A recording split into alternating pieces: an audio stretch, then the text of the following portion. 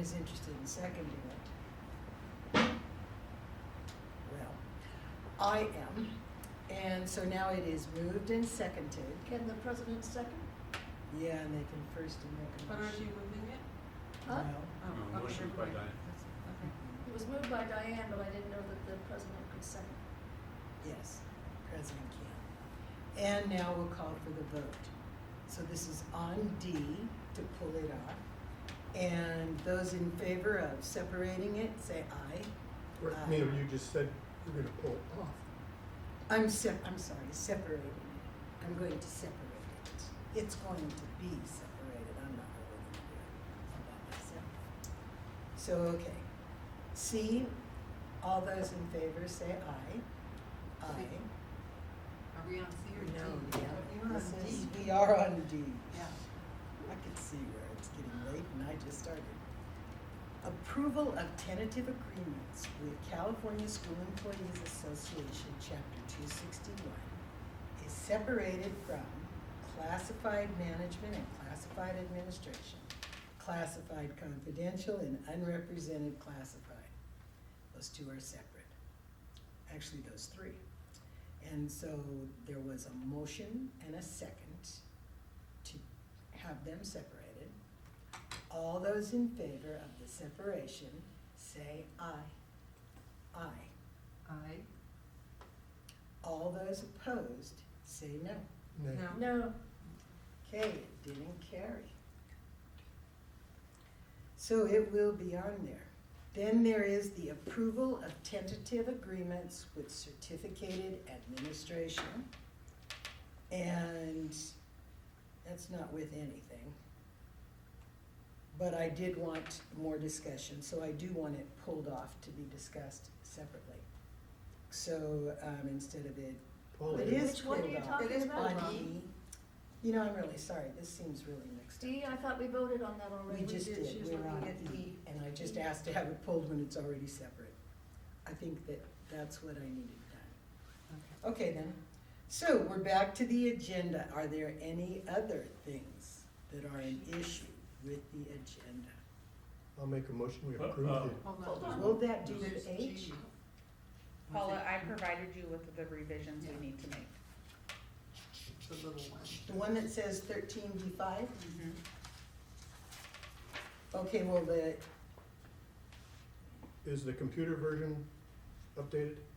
No, cause we're revising it now, you can't revise it with less than 72 hours, so I'm providing the revisions for her to change the agenda during the approval. but 13B5 is Yes. for now? Yes, Right we are now, pulling it from the agenda, No. yes. Back up. The approval of the MOU between CSEA and Willits Unified? It has been requested to pull that item. Okay. So, back me up here. Mhm. We just agreed to leave item C alone. We just voted on whether or not we were gonna change item D and deal with them separately, and it did not pass. She said 13B5, which is part of the consent agenda. Yeah. It is the approval of the MOU between CSEA and Willits Unified School District. The CSEA union was not able to hold their union meeting to vote to ratify this MOU, Got and it. it was requested to be pulled Oh, from the okay. agenda That until makes they can sense. Now I have got their it. meeting. Yeah. Okay, thank you. Thank you. Thanks. Hmm? Do we move and second this one? All the changes done? No, there's one more on her paperwork. And it's 13H, but that comes after the consents, right? I mean, according to this, it says approval of Willits Unified. Yeah, but we have, We're there's not another there one. yet. No, but we have to change the agenda now. Yeah, before. Right, which is what we're gonna do right now for 5, So I move, Yeah, oh, I see. You're getting a motion to move for 5. don't I need? Yes, Oh, okay. go ahead. I move to pull it from the agenda, is that it? I'll second. Okay, thank you. Good. All in favor, say aye. I'm sorry, what's Aye. the vote on? I'm confused. We are on Number the 5. consent agenda, item number 5 on the consent agenda. They, Okay. CSEA hasn't had the time to meet and vote on it, so we need to, we're asking to hold off on it until they do. So you're asking that it be pulled off the consent agenda, is that what you're asking for? Correct. They still need to vote on it, the union, or the union does. They're not ready. I don't care. All those in favor? Aye. Aye. Aye. I Do don't you wanna- care. Well, is that I a don't yes, no, care. or an I don't care. abstention? Are you abstaining? I don't care. Okay. That's my vote. So we put that under an abstain? The normal process is for labor contracts, the unit votes on it first and then we deal with it. Yeah, Right, well, they didn't, and that's why it's being pulled. yeah. Okay, so we'll make it a 4, a 0, and an abstention. Then for H, the approval of Willits Unified School District 2023/24 to be pulled. Since they're all together, we sort of don't have many options, right? But to ask for a motion and get that done. This might be part of what we run into, but, Paula, I believe your paper asked that a specific salary schedule be removed. okay, but Right, see, the when I read this, 23-24. that was a part of my concern is that if it's not already separated, how do we separate it later? It's. No, I see what it said. Oh, I'm It's sorry. separated by year. The first one, G is 22-23 and H is 23-24. Okay, then it shouldn't interfere? No. Okay. Okay. So then, item 13H, approval of Willits Unified School District 23-24 salary schedules. The 23-24 classified salary schedule will be pulled from the packet. We need a motion. Can I ask why? Are we pulling it? It's the same part It's of the not same part being of- ready. They haven't ratified Oh, okay, their perfect. future, Perfect. they ratified their future salary schedule. Thank you. Okay. I move that we pull it. Any seconds? I second. All those in favor? Are Say we- aye. So are we, They haven't met. Willits School District 23-24 salary schedules, are we pulling just the classified? Or are we Yes. pulling the entire No, item? just the classified. Okay. And we're pulling the classified because of what? The classified, the CSEA unit has not met to ratify Okay, their salary schedule. Okay. And that's H that we're talking about? Part of H, a Part of piece of H. Okay, so do we need to specify that specific piece that we're Paula pulling? just did, she read it out loud. Okay. Okay. And we didn't need a vote before to decide that they could be separated? I'm confused, you had a vote to separate Yeah. them, and that motion didn't pass. Right. So for the following year, it's a whole new ballgame, but we don't need to separate them first and then decide that a part is gonna stay separate, assuming the vote passes?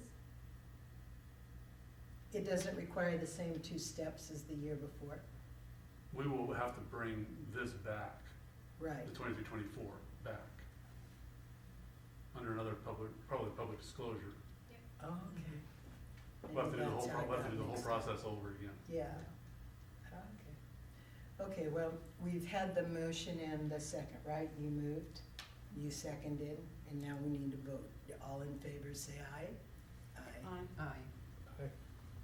I guess I'll say aye if it's because the CSEA has not ratified their agreement yet. If that's Okay. the reason, I'll say aye. Okay, well then it was moved and seconded and, it passed. Sue, I'm done with your paper. And I'm back here saying that, do I need to repeat what has been taken off or moved around or modified? Okay, so then we're going to close session. Do you want to show I'm me gonna make a motion that we approve the agenda as modified. as modified? I'll second. Okay, all those in favor? Aye. Aye. Aye. And so it moved and passed. Now, closed session is gonna happen at, I don't have a clock or a watch. 4:20. Thank you. And we'll now discuss the items listed under session on the agenda. Before we freeze to death.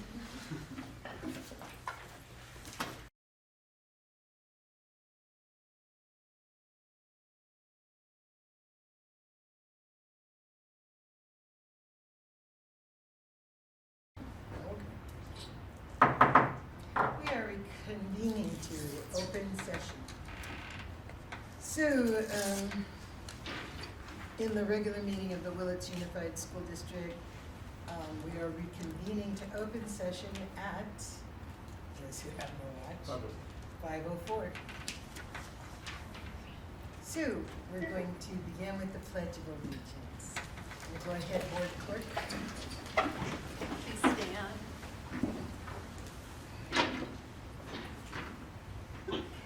I pledge allegiance to the flag of the United States of America and to the republic for which it stands, one nation, under God, indivisible, with liberty and justice for all. Okay, thank you. So, we're going to report out on closed session. So, Mark, was there any action taken in the closed session? Yes, both items on the closed session were approved by the board, motioned and approved by 5 votes. Okay, thank you. Thank you. Now, we have some governance norms that I'm going to explain to you. Although it usually happens that we make this clear if we anticipate a disruptive board meeting, and I certainly don't anticipate a disruptive board meeting this evening. However, I need you to hear some of this. Actually, I need you to hear all of it. We are going to agree to act with dignity. We agree to board ethical standards and behavior, including the governance standards. We're going to respect differences. We will respect dissenting opinions in a respectful way that encourages the sharing of ideas, experiences, and knowledge. We are going to work on building trust. We will look for common ground, maintain confidentiality, and publicly support board decisions. We'll work as a team. We agree that a working plan of how we do business internally and externally is essential. We will work for the good of the team, not just our own interests. We'll engage the public. We'll listen to stakeholders and encourage their input into our decision-making at appropriate times. Focus on success of every student. The board will keep student success on the forefront of all decisions. We will work together for the common good, which means we will communicate about our decisions with honesty and integrity in a quality way. No more words. Okay, so now, there's one other little thing you need to know. Public comments for items on the agenda are received at the time of each item. Each speaker is given a maximum of 3 minutes. 15 minutes per agenda topic is reserved for the public to address items on the agenda. The board cannot dialogue on any of the issues brought before it by the public that have not been previously agendized, but may refer to these items to the staff for a response and/or for placement on future agendas. There will be occasions, however, where it may go over by 30 or 60 seconds. You can trust that we are not going to interrupt the middle of your sentence. However, we will signal to you that your time is up, okay? Thank you. Now, number 7, informational. We have a presentation. Ms. Chavez, do you want to do that? Excuse me. Now go ahead, please.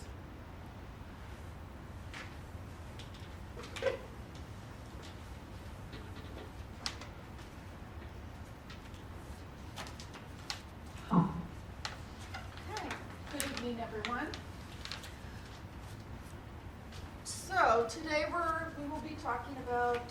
differentiated assistance. So just for historical reference, before when there was an issue or a concern in regards to. I don't know what that was. That was someone on Zoom. Oh. So, okay. Sorry. That's fine. So, before when a school wasn't, or a district wasn't performing up to par, before it was SATE, then it went into alternative AGB, alternative governance boards, was what I was used to back then.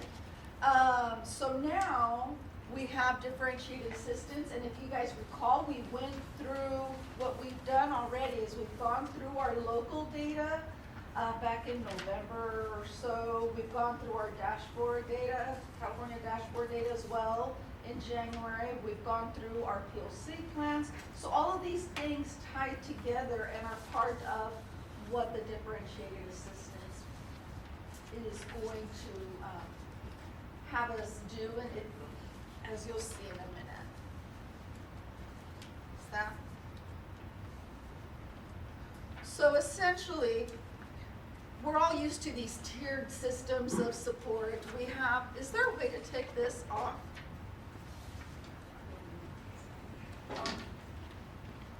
Thank you.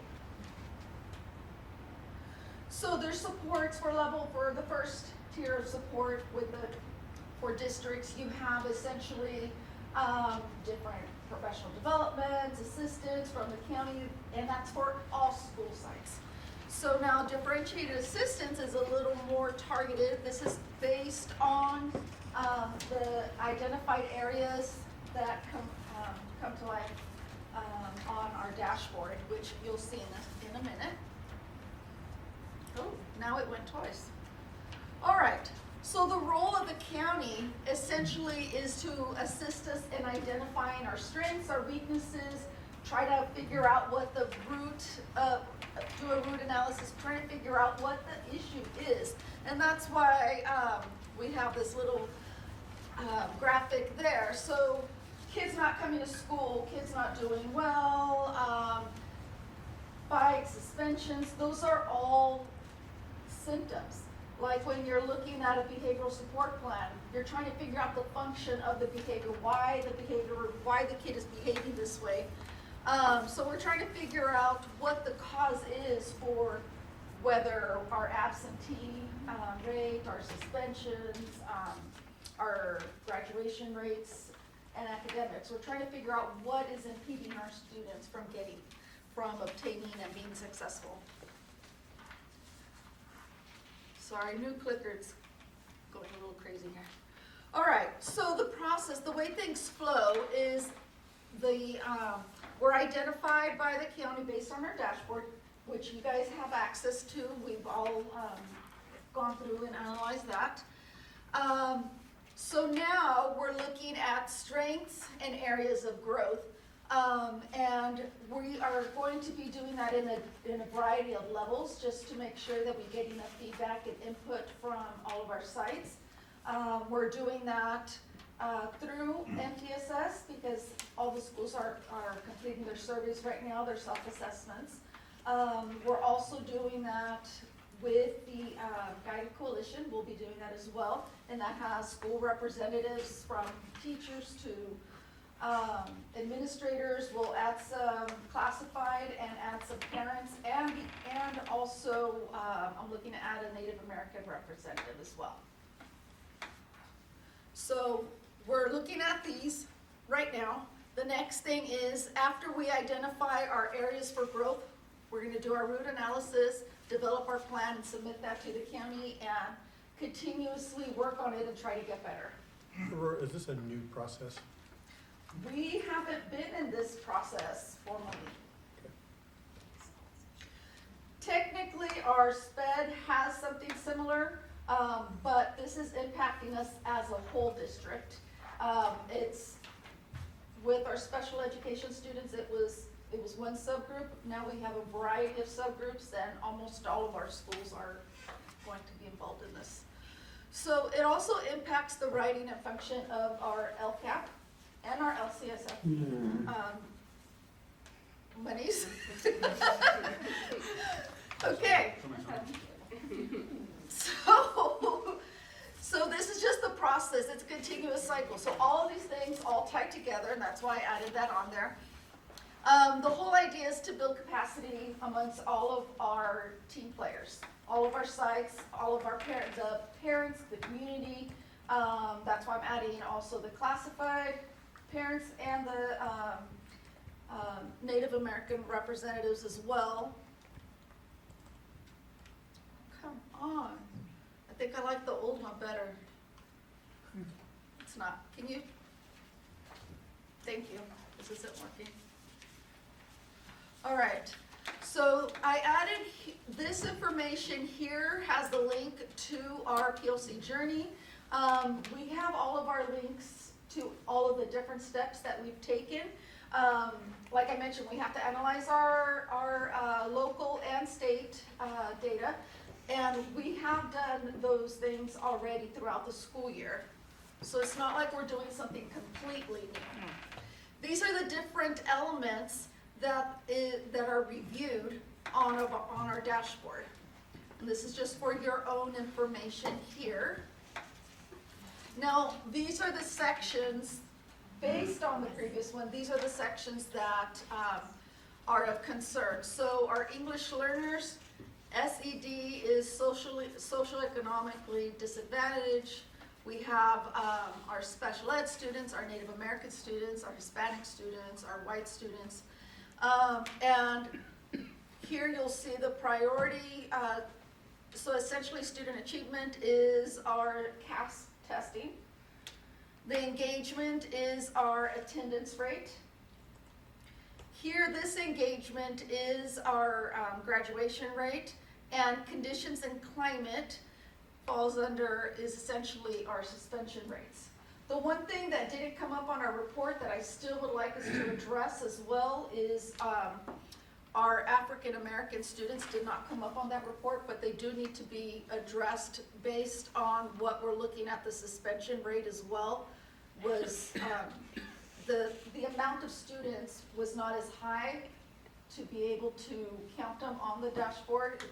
If it's less than, I think, 10 or 11 students, they don't come up on the dashboard, because then they can be, it's easier to identify the individual students if it's less numbers, so that's why they do that.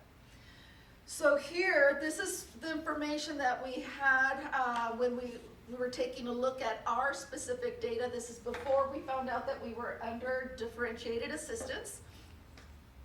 And that's why I mentioned we need to add this group of kids right here.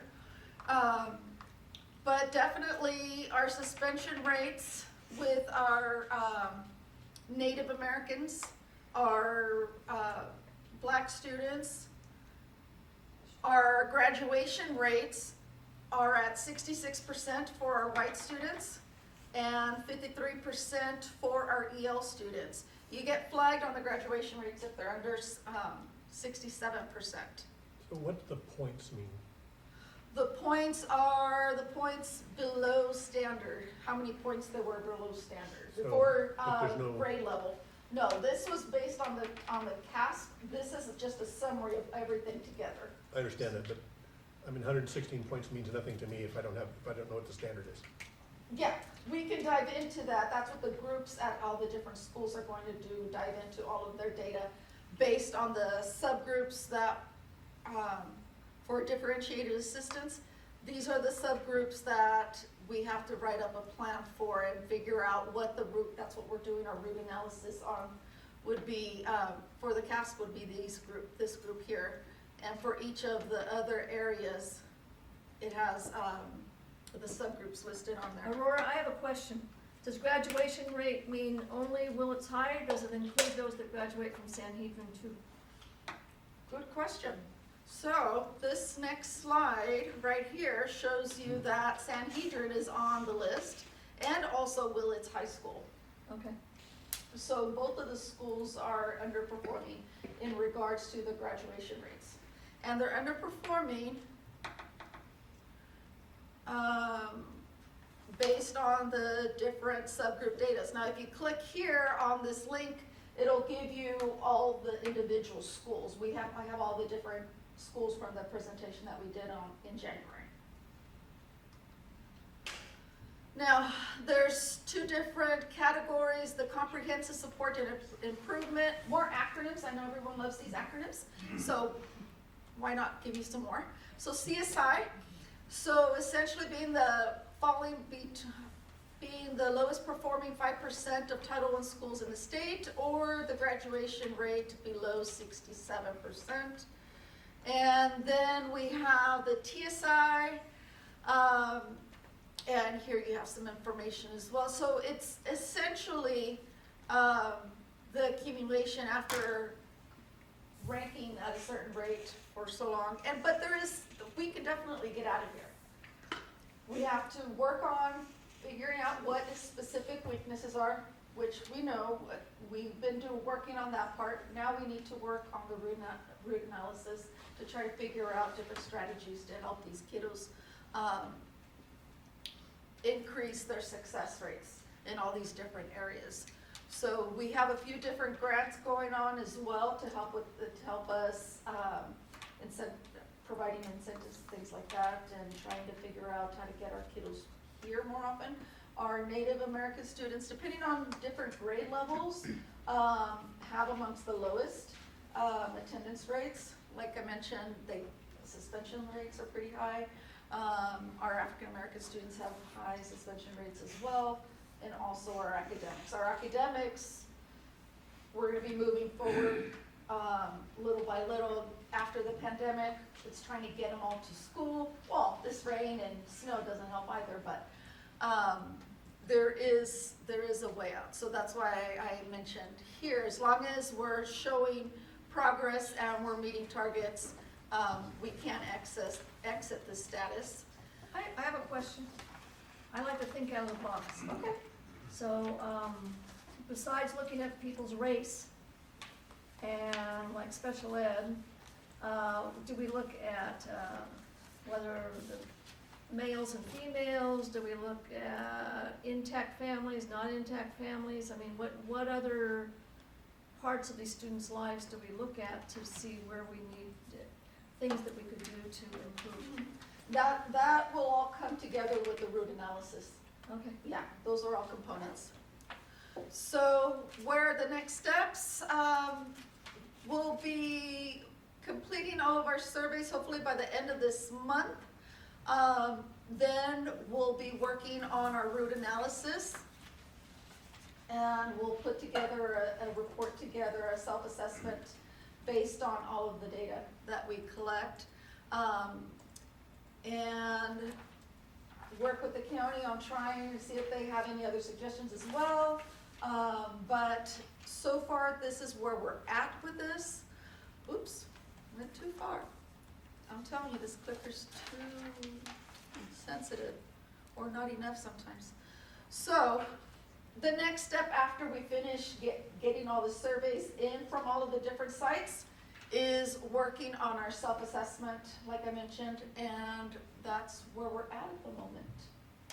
Any other questions? Thank you for all your work. Thank you. What does that look? All right. I think it's important to note that we just kind of received this information about a couple months ago and some of the data that we got, although we kind of knew about it. But Aurora's kind of managed to put this together at a very high level very quickly.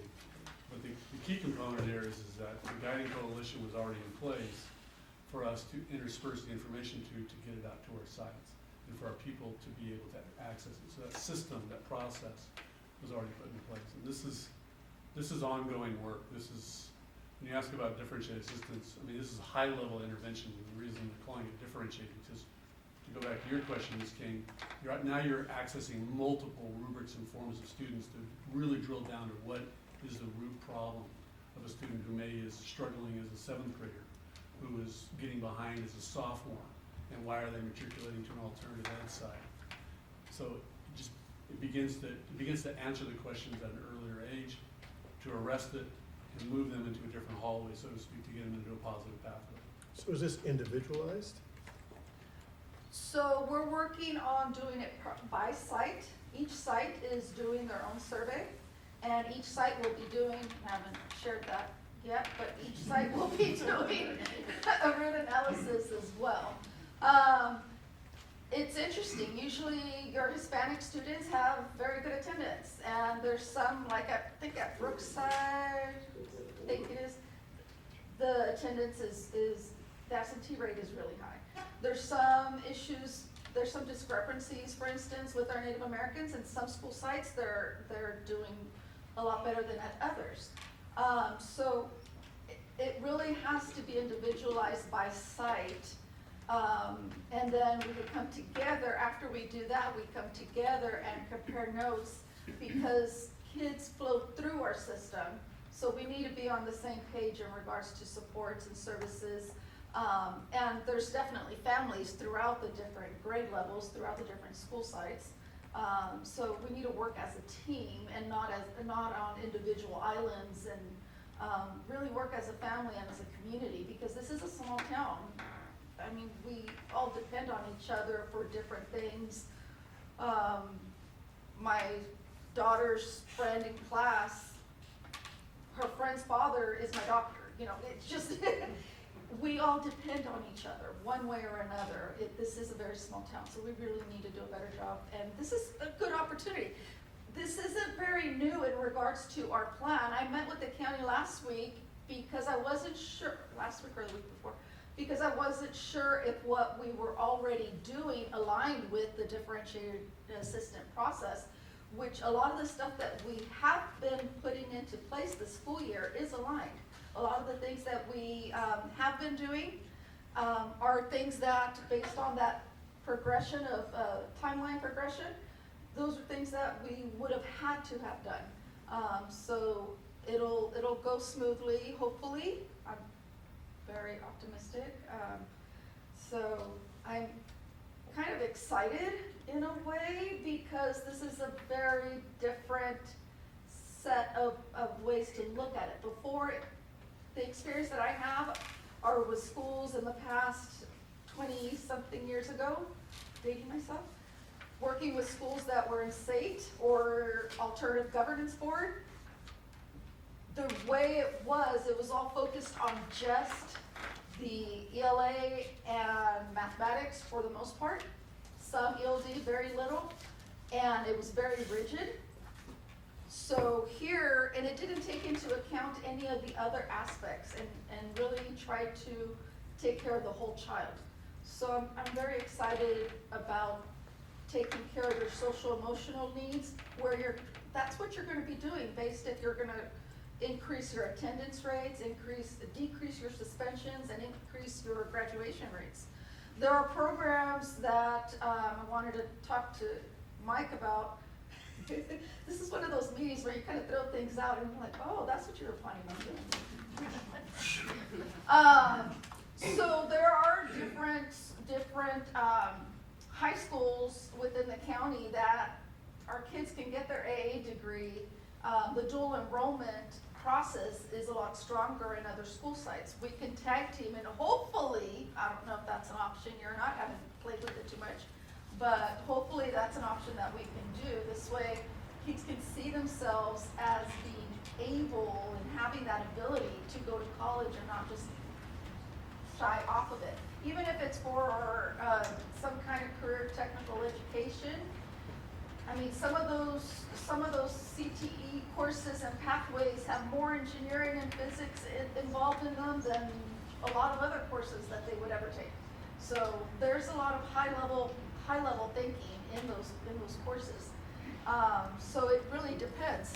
It's not one size fits all. I mean, I have one kid that's going for his doctorate in stats, and one that has to do hands-on and is a helicopter mechanic. You know, it's whatever triggers and engages the mind and makes them feel like they're not working, so that they'll love what they do. So, any other questions? No? Thank you, Aurora. Thank you. All right. So now we are ready for communications with Union Superintendent and Governing Board.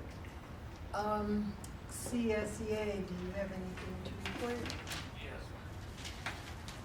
Good evening, everyone. Dan Green with CSEA. Hey, Dan. CSEA has a TA for 22-23 on tonight's agenda, and our members are looking forward to the board's approval. And our 23-24 TA unfortunately missed this agenda, so it'll be on next month's agenda. And we'd like to thank the district for bargaining in good faith and showing the district's commitment to the classified staff. We also like to thank everybody for the classified staff and everybody in general for the last week or two. It's been pretty tough on a lot of folks. And I'd really like to thank the transportation, everybody involved in it, from the drivers to the folks doing recon out early in the morning to see where we can go and where we can and can't go and what we can do, to the ones answering the phone and working with Mark early in the morning. That was really fun.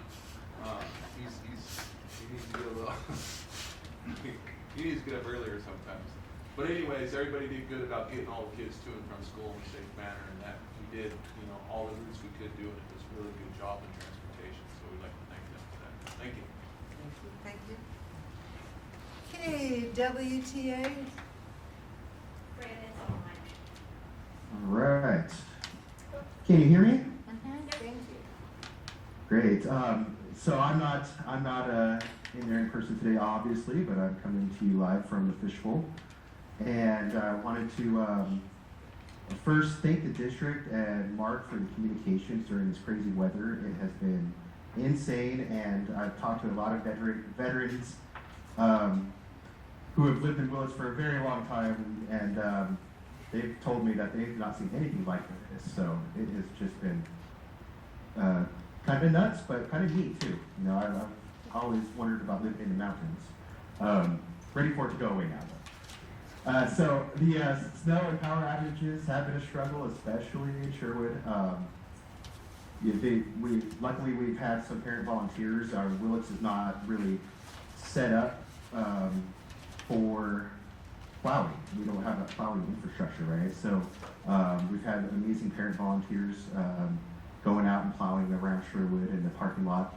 And my daughter's at Sherwood too, so it has been a bit of a struggle, but I know the district's working hard on looking for plans to get those kids back into school.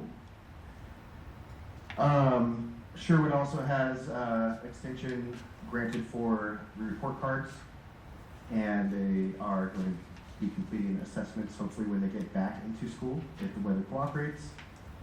And all teachers and site secretaries have been trained as site safety team members, and instructional assistants will complete their training soon at Sherwood.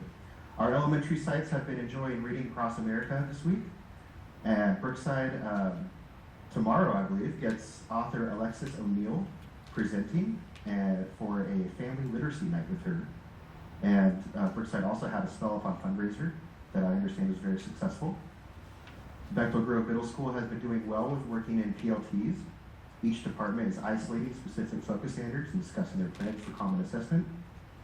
The Tier 2 team at BGMS is meeting bi-weekly, and they have found that they need to increase options for Tier 2 support, and we'll be working on that. At BGMS, softball has started, wrestling is underway, soccer is starting soon. Science fair was a huge success there, and 8th graders are soon to be taking pictures with their caps and gowns on. And we have a wonderful PTO, parent-teacher organization, that has been started this year and is running at BGMS, and they've been working very hard, running fundraisers for the end-of-year field trips. And 8th graders will soon be scheduling their freshman classes, which should be exciting. And at the high school, the girls basketball team was able to attend a college game at San Francisco University versus BYU. 2 girls from our wrestling team went to state and kicked butt, of course, but most importantly, they made it home safe in the middle of our crazy weather. Baseball, golf, and track will be starting out soon, and I do want to give a shout out to the yearbook team who have been working hard, taking lots of pictures around campus, and Ms. Bakewell to get that yearbook up and running for this year. And, I'll end by saying that there are a lot of things that we need to take care of, but things have been crazy, especially with the weather right now. So that I'm going to be meeting with district representatives and Mark a lot over the next month to hopefully discuss a system-wide implementation of MTSS, to discuss some HR issues and other internal things that I believe that we can work together to solve in a positive manner. So that's all I have for you tonight. Thank you very much. Thank you. Thank you. Thanks, Brandon. Thank you. About superintendent comments. First, I'd like to welcome our new Director of Fiscal Services, Ms. Ragsdale. So, yay. Welcome.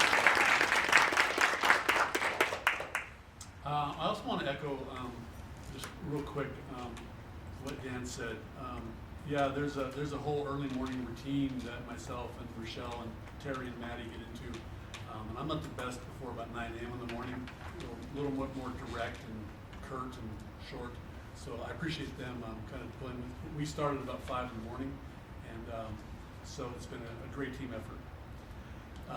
But transportation really has really stepped up and done just a phenomenal job, as everybody has actually. So we've had much occur in the past few weeks, as everybody knows, and I truly want to state how deeply thankful I am to our staff, our parents, our students, the city of Willits, for just being so flexible and understanding as we've actually made decisions about when to come to school, when not to come to school in literally real time. Sometimes within an hour or half an hour. We may have misjudged a few days here and there, maybe even a few hours, but on the whole, I am deeply thankful to every single person in Willits who have persevered through an unpredictable and very intense weather pattern. So thank you. We're probably not done yet. According to my phone, we have 11 days or 10 days in a row of rain. So we will continue with our vigilance, and I will attempt to continue to communicate as timely and as effectively as I can. Our goal every single day and every single morning is getting the kids to school and as safely as we can. That's a big thing for me, is getting everybody here as safe as we can, our students, our staff, our parents, on the roads in a very safe manner. And I know I've only been here a short time, but this is truly an amazing community. When I'm getting calls to offer to go in the middle of a snowstorm to go plow Sherwood in the middle of nowhere with a tractor, and all he has is a hood on. So that's impressive. So again, thank you. Kind of a last small note, we are exploring, this is for the board, we are exploring another venue for our board meetings. Probably won't happen by April, but I suspect that we can probably get it done by May. That will, fortunately, in April, once we kind of get it all dialed in and the I's dotted, the T's crossed, we're going to need to change possibly our meeting dates and day of the week as well. Perhaps we may have to move to a first or third week, Wednesday, or maybe a Thursday of the same week. So just wanted to give you kind of where we might be going with that. Again, thank you. Yeah, thank you. Okay, student board member. Hi. So this is everything that's going down in Willits High School this month. All spring sports are up and running. We're just waiting on the weather to clear up, start games. I'm part of softball, so like all of our games have been canceled like the past couple weeks. We're having finals tomorrow and Friday, and on Monday we start the beginning of our third term. And then FFA is also getting ready for state conference in Ontario next week. So that's exciting. Thank you. Thank you. Thank you. Can I ask you a question? Yeah, go ahead. Now, I understand that your finals are coming, but so since you guys missed, a Yeah. while of time, there was no way to postpone maybe or do anything that, well, I thought about that. No, I'm more interested in, I haven't heard of anything. right. Just nothing crazy. Oh, okay, everybody had their books at home, you sort of study regardless. Well, I good. certainly did. Good. Well, that's exactly what I expected, but good job. Okay, thank you. Thank you. Mhm. All right. Good luck on your finals. Thank you. Board members, want to start? Sure. What I've been working on since the last board meeting has been trying to clarify 2 of the regulations that we're going to be talking about at some point this evening. There seem to be discrepancies, and I've gotten the opportunity to sit and talk with couple of the attorneys from CSBA, to find out that, the stuff that I've learned. And so that's been really helpful, and you all hear that in a little bit. Thank you. Thank you, Jennifer. Ms. King? I also wanted to welcome Melissa, and I'm excited to work with you, and the district office staff is a wonderful staff. I think you'll feel very at home there, so. I do, Yeah. thank you. And I also want to appreciate everybody in regards to the weather. I've lived here for 40 years, and I've never seen a winter like this. And as it has been the last couple of weeks with all the snow, and repeated days of snow on infinitum, and I really appreciate how everybody is working together to make it work. The district office staff, the superintendent, the transportation, the teachers, the parents, the secretaries at the school sites, everybody is working to make this work so that students' education is interrupted as little as possible. And I learned something from Superintendent Beebe, is that about 40% of our students live in brook trails. So even though it might look clear down here, it's not clear up there. And our buses have to go on those roads, and we put the safety of our students and as our primary aim. So anyway, I appreciate everybody's flexibility. Just for my own family situation, I volunteer in my granddaughter's class on Mondays and Wednesdays, and one of those days, it was either this week or last week, I don't remember, I texted my son and I asked him if there was a 2-hour delay, and he says, I don't know yet, we don't know until 6:30. And so at 6:30, I got a text from him and said, yes, there's a 2-hour delay. So he, as a parent, he's depending on that communication, and he knew it would be coming at 6:30, and it came at 6:30. So I know that parents are very dependent on quality communication from the district. I know the district's been working really hard on doing that. So, and I know that these decisions aren't made just out of the hat or something, that there's a lot of work that goes into making these decisions that we don't see. People, district employees going out on the roads at 5:30 in the morning to see if they're drivable or not, you know, and I talked to somebody from the district office who was at the, I think it was the first day that we closed because of the weather. She was at Brookside or Blosser, I don't remember what, just to see, in case any parents showed up, that there would be somebody from the district there to explain to them that school was closed that day because of the weather. So I know that everybody's been working really hard, and Willits is a really wonderful community, and this kind of situation brings out the community in its best. So. And I also wanted to say that I've been taking particular interest in some of the curriculum. Ethnic studies is a course that's going to be required for graduation in a few years, and Willits Unified is, the high school is starting ethnic studies class as an elective, and I'm very interested in the curriculum and what's going to be offered, and so I was able to sit with the teacher that's going to be teaching it, and he shared the book with me that he's going to be using, the textbook and the curriculum, and so that if any parent asks me, well, what is this ethnic studies class, I'll be able to articulate what I know, and the same thing goes for the sex education coursework at Bethel Grove Middle School. To me, it's really important that I be able to talk to parents about what's being offered, so that parents can make a decision whether they feel it's right for their student or not. So I've been interacting with Chris and trying to get some direction as to what we're offering this year. So it really means a lot to me to be able to communicate with parents what we're doing. So Thank you. Okay, thank you.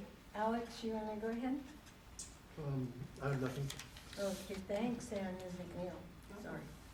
Yeah, I could go over the weather as well, and it was nice to hear Mark tell us him getting up at 5 in the morning.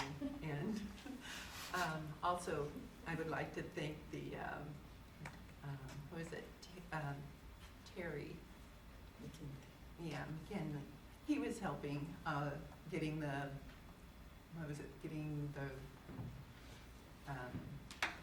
make sure the roads were how they were doing and what was happening up in Brook Trails as well.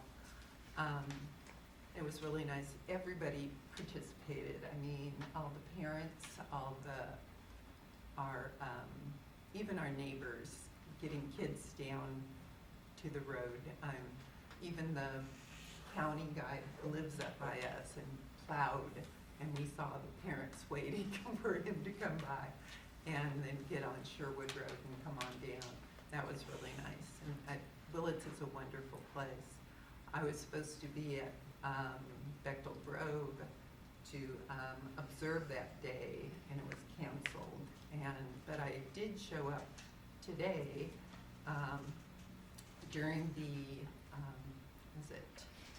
brunch time, and Bechtel Grove has changed so much, because I remember when my kids were there, it was really loud at that time, and the kids were in the hallway and doing this. It was organized. It was quiet. It was not quiet, but it was kids were talking to their aides and saying hi, and it was eye contact with everybody.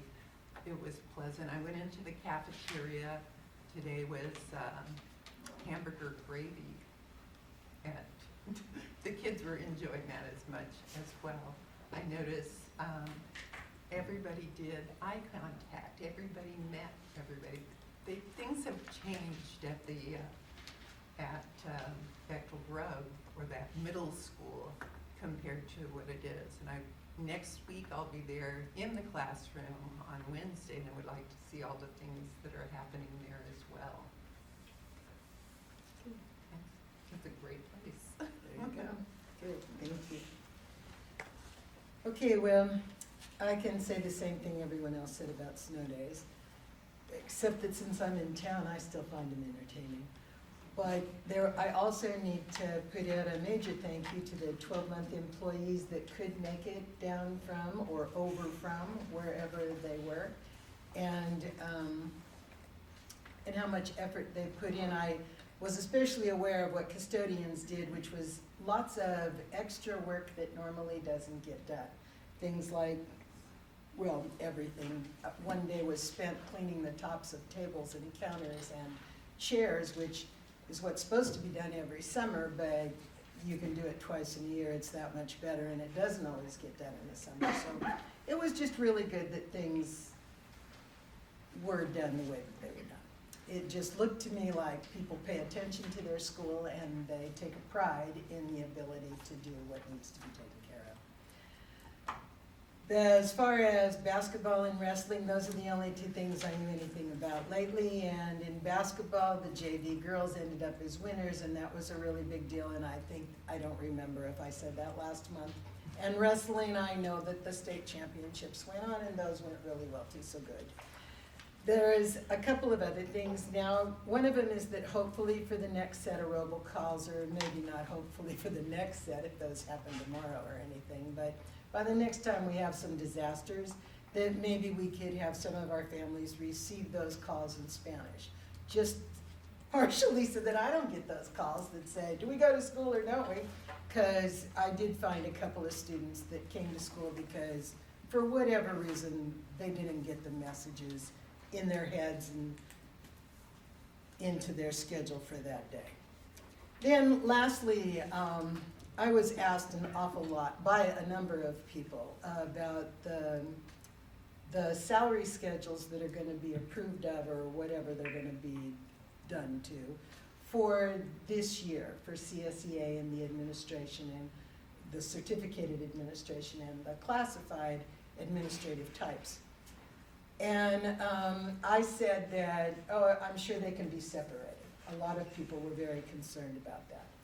I learned this evening that no, it's not quite that simple. They don't get separated just because that's the suggestion. And so this evening, the vote will be on all of the salary schedules together. They will either all be approved or they will not all be approved. And so that's just something I need everyone to understand, because I'm not real good all the time at going back to every single person that I talk to. And I like it that everybody knows the same thing. I, as most of you already know, believe really strongly in education levels and experience, and above all, I believe in equity. And I'm really interested in the definition of equity that I understand and that I speak with to others. And so I just need to make that clear. I haven't changed my mind. I just don't have the last word. And that's the way that works. Okay, so now I'm done. And we go to, unless anyone else at the board remembered something they want to say. Yes. I remembered something I wanted to say, and since okay. all the administrators are here, is that the only weekly communication I'm getting as to what's going on at a school site is from Brookside. And I used to get one from Blosser, and when Maria was principal, we used to get one from Bethel Grove.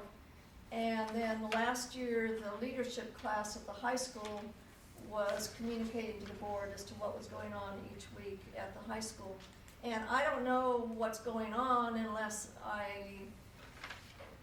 get some communication, like I know Bethel Grove had some sort of concert or something, and I didn't know about it till it was over. And if I was getting regular a weekly communication from each school site as to what's happening at that school site, I would know what things I could attend and what I should pay attention to, and what their focus is for that week. So I would really appreciate it if somehow the administrators at the various school sites could communicate with the board. Thank you. Okay, thank you. Okay, so now we're on action and discussion number 13. I read you the thing about public comments. If anyone forgot that, you can ask me and I'll give you a 2-sentence explanation. But we are at A, public comments. Now, as you know, those can be for the things that are on the agenda, things that are not on the agenda, or one or the other. Okay. So does anyone have anything they'd like to say right now for public comments? Please understand, last time there was a bit of a misunderstanding. If you don't think you have anything to say right now, and then we are discussing something that comes up, and you go, oh, whoa, I want something to say, or I have something I want to say, certainly that happens then too. It's just always so nice and organized if it happens right now, okay? But we're not going to do that. So, okay, now we're on consent agenda. Zoom. Oh, Zoom sorry. on. Yeah, you have to talk because I don't see you. That's okay.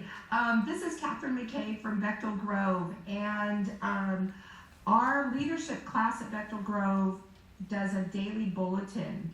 And if you would like to send me your email address, I can make sure that the leadership class adds your email address to that dissemination of that daily bulletin. It is sent to the district office, all the staff, and anybody that's requested. It's also posted on Bechtel Grove's Facebook page daily as well. Thank you, Catherine. You're welcome. Yeah, please send me an email and I'll make sure that the kids get you on the list. Okay, thank you. All right, anyone else? Oh, go ahead. Thank you. I have a PowerPoint I'd like to present as well when I'm speaking, if that's okay. Rochelle, is that able to be put on? Or not? If not, you have it in front of you. Let me just pull up on my side so I have it. You might want to introduce yourself. My name is Shane Toplinsky. I'm the assistant principal of the high school. I'd like to speak with you about action item E in regards to the raises for unrepresented. As right now, the current proposed raise is 70% for unrepresented. And I kind of want to talk about the potential discrepancy that has been in place with the raise placed for WTA. But I want to very highlight, in no way am I trying to make a comparison or say there's no reasons why they should or should not. Here it is. This will make it a little easier as I'm going. Do we have a clicker or something I can go through with? Sorry about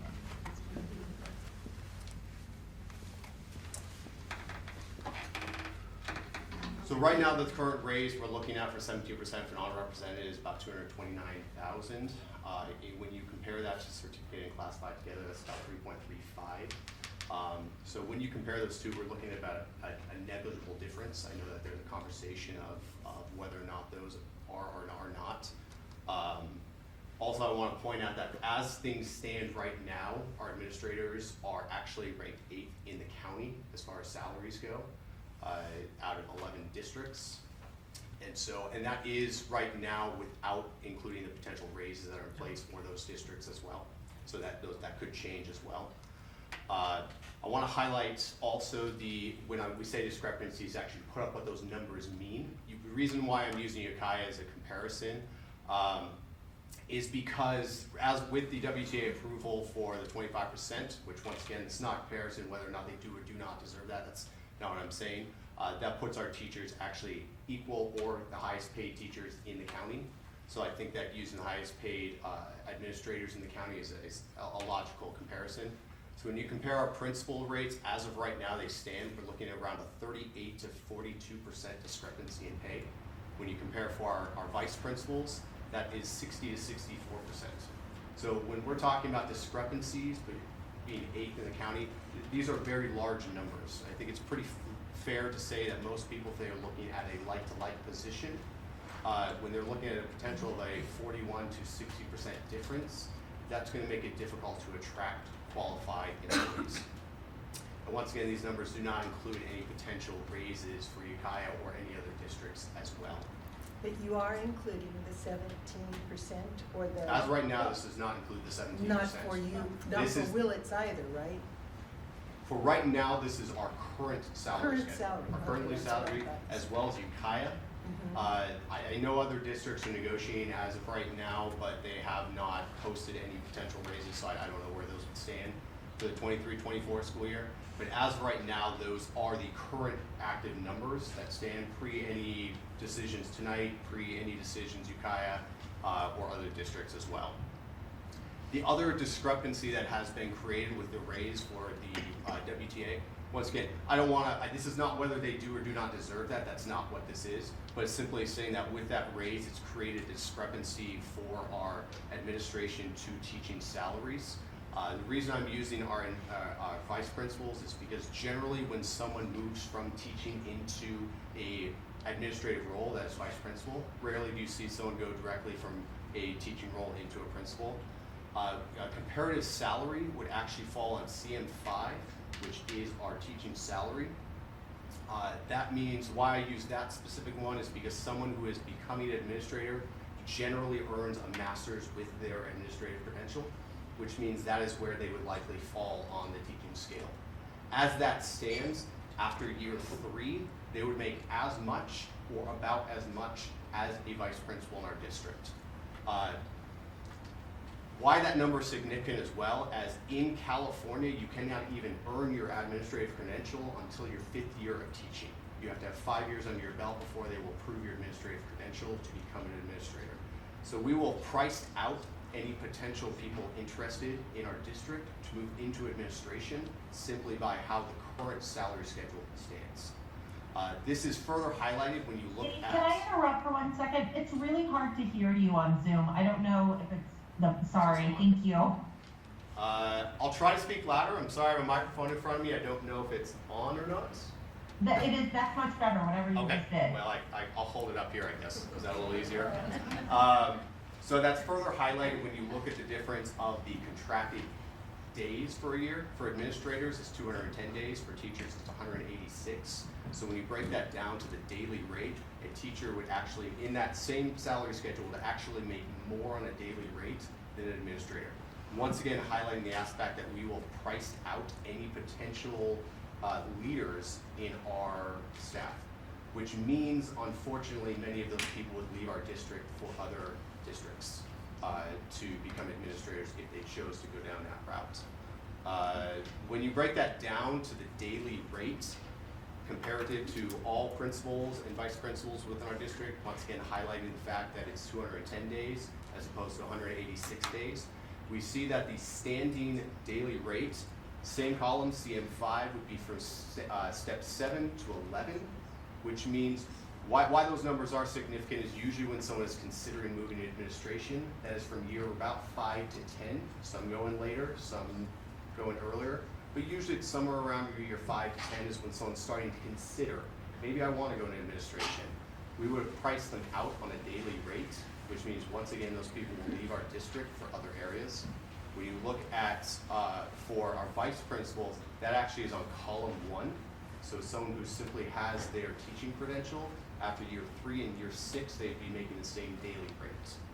So it's just to show that the discrepancy, once again, this is not to say that our certificate don't deserve that 25%. It's simply to show that it has created a discrepancy there.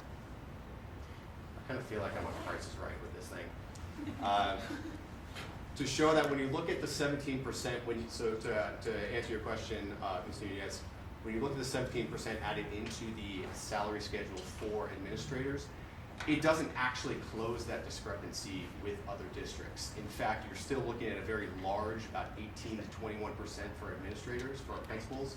Vice principals, it's still about 37 to 40%. So it does not close that, but at least lessens it. It makes us competitive in that aspect. And once again, I just want to highlight, this doesn't include any potential raises that will be put in place for other districts as well. So in summary, the 17% for unrepresented would cost about $229,000, which would, in comparison to the other raises we're talking about, is a negligible number. Currently, there is a very large discrepancy of our administrative salaries with neighboring districts, being 8th in the county, where we are, I know numbers balance, but we're usually number 2 or number 3 in our district size in our county. So that number is significant. And then also we've created a large discrepancy between our administrative and our certificate salaries. Excuse me, I'm recovering from a cough, I apologize. Our certificate salaries. And then also the 17%, it doesn't actually close that discrepancy, it simply lessens it with other districts. So what this would do is it would create an opportunity for an attractive, competitive salary in Mendocino County to allow to draw outside interest. It would show an equally value for employees within our district. It would help build leaders from within our system because our teachers will see that desire to stay here and become leaders within our district. And then on top of that, it allows us to retain our current leaders moving forward. So thank you very much. These slides have been shared with you. Thank you for the opportunity to speak with you. I appreciate it. Thank you, Shane. Thank you,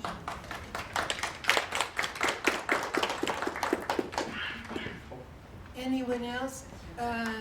Catherine? Rochelle's, oh, Rochelle, I'm sorry.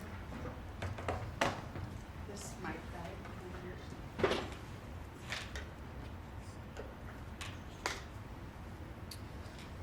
Hello, I'm Rochelle Vandergrift. I would like to start by thanking you for the opportunity to speak on behalf of myself and in support of my colleagues. I started working for Willits Unified School District in 2015. I was hired as the district clerk, which quickly morphed into assisting the Human Resources Director. I was then promoted to the Student Information System Analyst, and like many other employees at Willits Unified, I have worn multiple hats. I am currently the executive assistant to the superintendent, which still includes the district clerk duties, as that position is currently unfilled. I have provided coverage while my colleagues may be absent. As a site secretary at multiple schools when needed, covered a leave of absence for the administrative assistant for the Department of Maintenance, Operations, and Transportation, and even an instructional assistant at Sherwood School when needed. Along with being an employee of Willits Unified School District, I am also a parent and a Willits community member. I grew up in this town. I walked the halls of these schools, even Sherwood School. I graduated from Willits High School. I've often heard that growing our own was something that Willits Unified School District was proud to do. And I am proud to have started in an entry-level position with the district and worked my way up to my current position. I was happy to return to my hometown and start my own family here. My family owns multiple businesses in town, and giving back and supporting to this community is something my family and I are proud and honored to be able to do. Tonight, you are being asked to vote on a salary increase for myself and 18 others who have no union representation. I would like you to take in consideration that all of Willits Unified School District employees deserve to be comparatively compensated in our positions.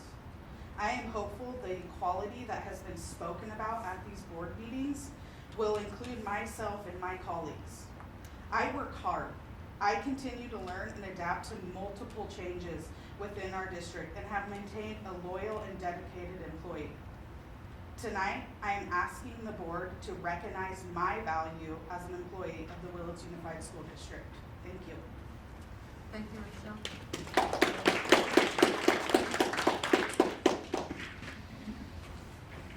Hi guys, I'm Kelly Lavis, and I'm the special ed director here at Willits. And along the line, I think of what you started saying, Paula, about equity. I want to talk about our unrepresented groups, right? Because in special ed, we're experts on equity. And so each person gets not necessarily the same, but each person should get what they need, right? That's equity. So for myself personally, I know a lot about that because I've been in special ed for 30 years. I am second generation special ed director. And prior to that, I was a school psychologist all over the county. Colo, I actually worked for LA Unified at the beginning of my career, and then I was a program specialist. And I didn't want to be an administrator. And Pat Johnson, the previous superintendent several ago, they didn't have a special ed director, and she called me and she said, "Please, we need somebody. Would you consider being an administrator?" And I said, "Well, I don't know." And I took a pay cut to come and be in Willits because I love Willits and my kids were in school here, and it means a lot. That said, I want to share some information that brings to light many of the activities of our unrepresented staff. For us, salary increases are solely based on the recommendation of the superintendent and the board's approval. That's all of you. This group of people are key to the success of each student, program, school, and the district as a whole. We could not do what we do without them. If you approve this salary increase, you're acknowledging the value of each individual who provides vital supports and services. Do you value the staff who make sure that everyone is paid? The staff who order materials and pay vendors? The staff who recruits, hires, and keeps all of our positions in credentials and compliance? The staff who prepares behind-the-scenes information for board policies and district procedures? Fields calls from parents and community members who might not always be happy? Do you value the administrators who navigated us through the pandemic, distance learning, staff shortages, and multiple changes in the laws over the last 3 years? Who, like teachers, frequently work 10 to 12 hours, weekends, and are always on call for emergencies? These are ultimately responsible people for the safety, climate, culture, and learning of students at each of our sites. Do you value having someone who assures that each child with a disability has a program that is tailor-made for them while following countless regulations that, if not adhered to, could cost the district incredible hundreds of thousands of dollars? Someone who takes care of each team member and maintains positive relationships with student families? Do you value our district's focus on serving every child in their home district despite the severity of their disability? Do you value a person who assures that we all have working laptops, printers, software, equipment, communication, and make sure that our state reporting is submitted with all the details that allow us to be funded, who coordinates all that is tech in our district? Do you value the Kelly, people? the sound's gone out completely. I don't know what to do about that, you guys. Sebastian's coming. We can't hear anything. So, mic died again. Okay. Well, we definitely need your batteries. Take this one. We're close. We're close. Here we go. That's good because we can't forget anybody. Thank you, Kelly. Do you value people who provide counseling? Two of our school counselors are unrepresented. They provide counseling to students in crisis, teach students social skills that are critical to their ability to make friends, follow directions, and function in the classroom. How about the person who organizes and feeds every student, often entire families, throughout seamless summer? That's an unrepresented person. The person responsible for keeping our facilities safe and making sure we're following codes that our students are transported safely to and from school. We're all celebrating the commitment our board has to making sure we acknowledge and maintain all our employees. No one group is more important than another, and we all work together to create a caring and quality education for students in Willits. Although I love what I do here, and I plan to stay regardless of whether this passes, your approval sends a message to each one of these unrepresented employees that they are valued and vital parts of the team. Thank you. Thanks, Kelly.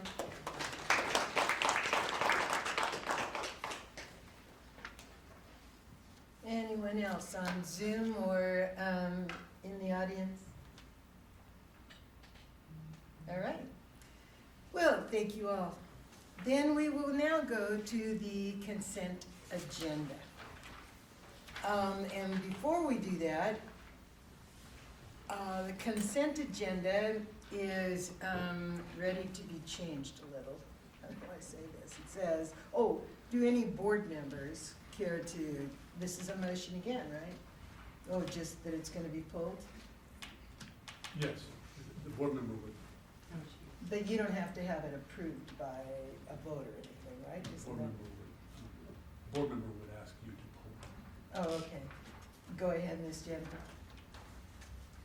So I'm asking that we pull item B, the boy, 6. Okay, and I can just say yes or no? Or do we have to vote on this? No, you have to go. Oh, okay. So that we can get more clarity as to what those issues are. Oh, okay, and anyone else on this? No? Okay, I also would like to pull, it's number, just, oh, here it is. From the consent agenda, number 2, 13B2. I have about 4 little questions. So, since we don't need anything, we can just get started on that, right? You Okay. can actually approve the rest of the consent agenda. Oh, okay. So then, if there are no others, Paula, yes? pulling item 2 from the consent agenda, if you've just got questions, we can talk about those. Well, that's usually what we Yeah, do, you so can can we write can do that now? Yeah. Oh, good, okay. Then before we take a vote or anything, I I'll- can do a motion. I'll second the pulling item 6 and tabling item 6. Okay, and that's the, then we need to vote on that, or we just agree that you've seconded it? Well, didn't we just say? I think we need at least 3 of us to agree to it. Oh, okay, well, I agree.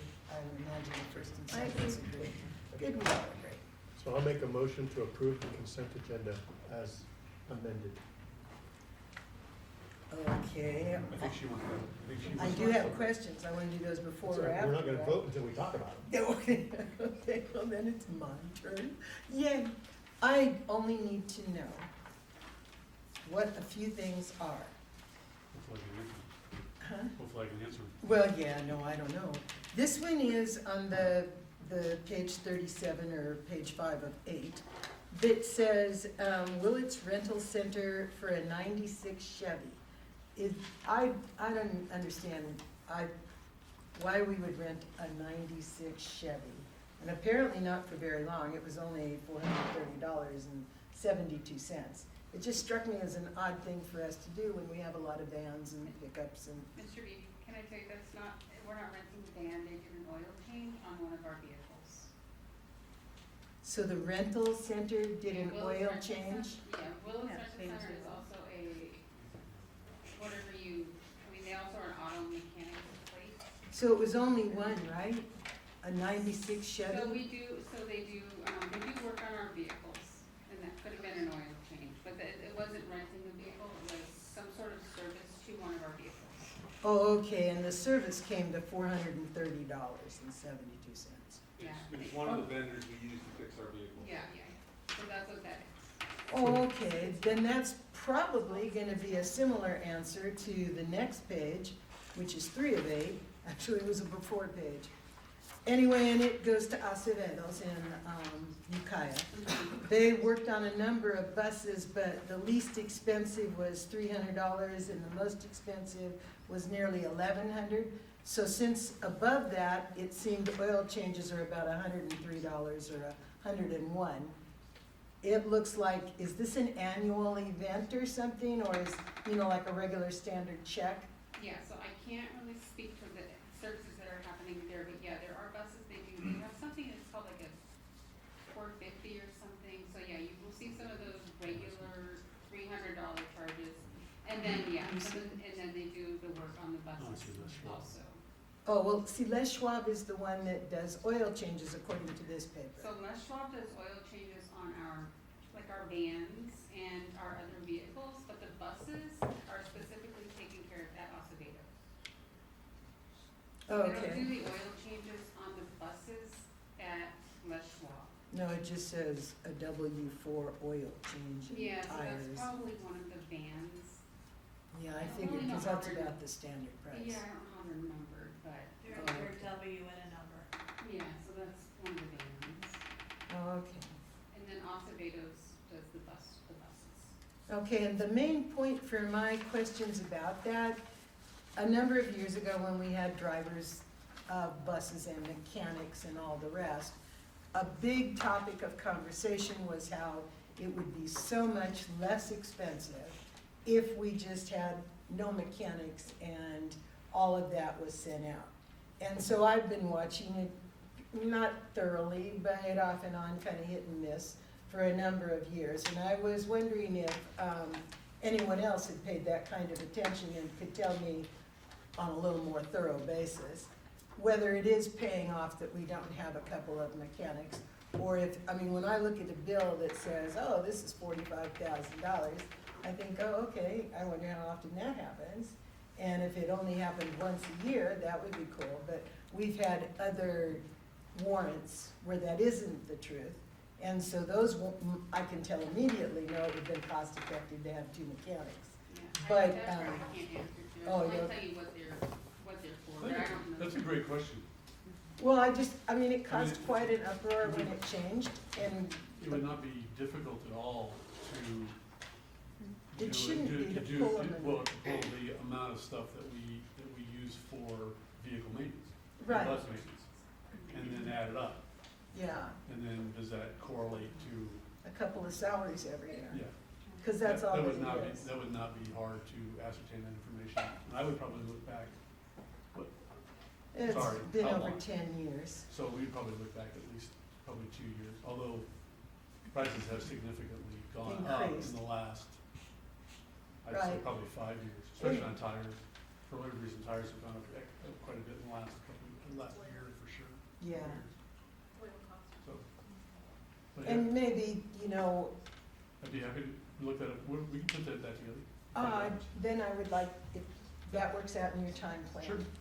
Okay, that's good, and then the only other thing that might accompany it is if Ukiah felt like telling you or whomever, whichever Mendocino district you choose to call, but, to let us know what their mechanics make. I know the Ukiah mechanic has always made a great deal more money than the Willits mechanics, but since they seem to be number one in the let's pick us out and compare us list, and maybe the other ones, just to get and in general, certainly the salaries of 7 years ago, or 8, I think it was when that stopped, are not going to be the same as they would be now, but, I appreciate that, then, thank The you. word, Okey doke, so my questions are answered, it can be back on the agenda thing. And so, go ahead, would you like to? Oh, no, we need to vote on this deal for. Vote on the rest. I'm Okay, you're passive good. about this, no, all right. All those in favor, please say aye. Aye. In favor of what?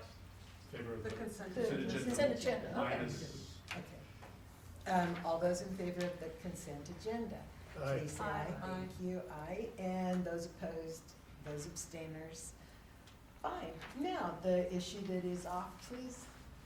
So, there have been questions, and this is referring to two regulations. One is Regulation 5125, student records, and the other one is Regulation 5145.3, non-discrimination / harassment.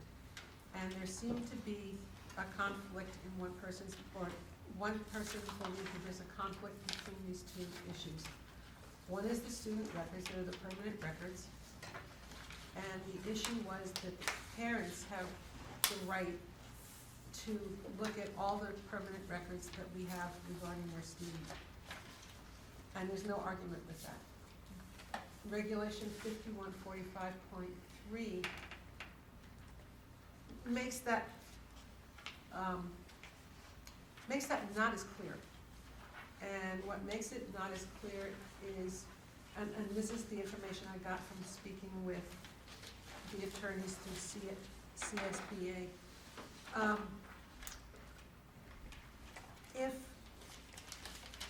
So 5125, student records, formal and informal, who can access them, and it's the parents have absolute right. And under FERPA, student records, transcripts, CalPads based on legal documents, so birth certificates, etc. If a student comes and says, I think I may be gay, or I think I'm transgender, but that's not documented anywhere because it's not a legal document, then does the parent have a right to notice? And there's a couple of cases running through the state courts at this point around that one specific issue, where somebody at the school knew that a child believed they were transgender and parents weren't informed. If a child just states that, apparently that doesn't, it's not part of a written record. If a child comes and says, I want my attendance record to reflect that I'm really a boy, not a girl, then at that point, that's a piece of the permanent record, and so the parent would have to would have the right to know that. And in talking with these attorneys, one, it's tricky, we need to find out what's gonna happen, and that's why I was saying that they do seem to conflict.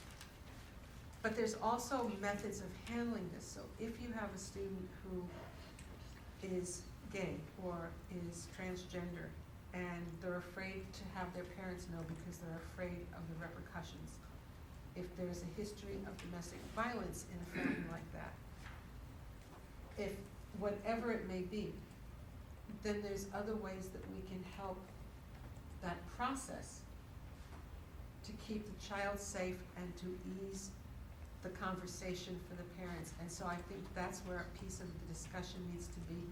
Not that these have to conflict one another so badly, but how the school district handles it. And that's what I found out. So I just wanted people to know that. So I really want to thank you for going to the effort to learn more and to try to understand it. I realize that these two policies are already part of board policies at Willits Unified School District. They were voted on by a previous board in 2018, and at the same time. So the board at that time didn't see any conflict. But I see a conflict, and I still cannot resolve the conflict that I see. I want to be able to tell parents, if they talk to me, what their rights are with Willits Unified School District. And to me, these two policies together make it as cloudy as mud. As clear as mud, you know? It's not clear what what parent rights are in regards to student records. So I realize my conflict isn't with, so these are already part of board policy. And some bureaucrat in the state, in California's government says that we have to update these policies, and they tell us how we have to update it. They tell us what words we have to use. So these really aren't board policies. These are state policies that the state is telling us we have to have. So there's no choice but for the district to have these policies and to have them the way they're worded. But I still have to be true to my conscience, which is that I think that these two policies are in conflict with each other in regards to parent rights to records. So we've discussed this on infinitum for 3 board meetings. I'm still no clearer today than I was when I started that I still see a conflict. So I can't vote for them as long as I see a conflict. My conscience doesn't let me do that. So I'm not saying that one's right and one's wrong. I'm just saying that the 2 policies together are in conflict. It's gonna get a little bit clearer in some point in the not too distant future. There are 2 lawsuits currently that have taken aim at the California rule advising schools to keep students' gender identities private. So this is gonna work its way through the courts as well, and at some point there will be some more direction, which will, of course will influence how these policies get pushed down to us, the CSBA. I just wanted to add one more thing, because with my history, I worked with Child Protective Services for a long period of time. And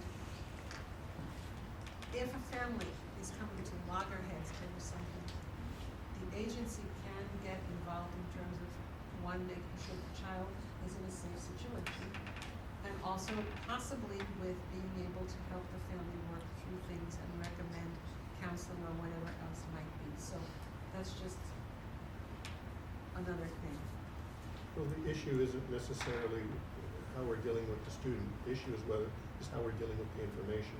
Right. Now, I agree 100% that we need to take whatever steps we need to do to keep that student safe.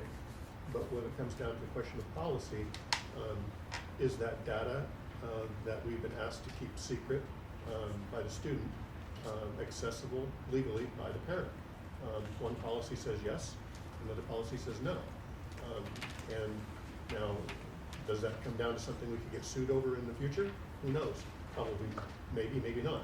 Still boils down to is those 2 policies are at odds, and until they're cleared up, I can appreciate Jeannie's position. So is it something that can get voted on then? Or you just leave it? So we stay. You just Okay, ask so now for a ask- motion. Yeah, for a motion to approve. 13B6. Okay, so do we have a motion to approve 13B6? I'll move that we approve 13B6. Do we have a second? I'll second. Fine. All those in favor say aye. Aye. All opposed? no. No, Okay, abstainers? All right, so the motion was, I can't think of that word. Carried. Carried, okay, thank you. That takes care of it. Okay, do you know what, I'm really sorry, people, but I finally found the thing I was looking for, which is a CSEA Memorandum of Understanding. I have just one question about it also. Past all that, right? We didn't pull this one. This is the one that came from the consent agenda. It's 5, approval of the MOU with Willits and the thing. This is, We pulled them. oh, we pulled this Yeah, one? we adjusted the agenda. Correct. Oh, Closed session. okay.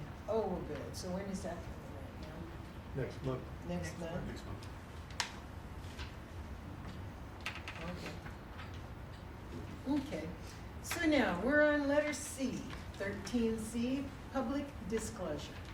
Fiscal impact of proposed agreements with Willits Unified School District, California School Association, California School Employees Association, Chapter 261, classified management, classified administration, classified confidential, unrepresented classified, and certificated administration. Help yourself, ladies, thank you.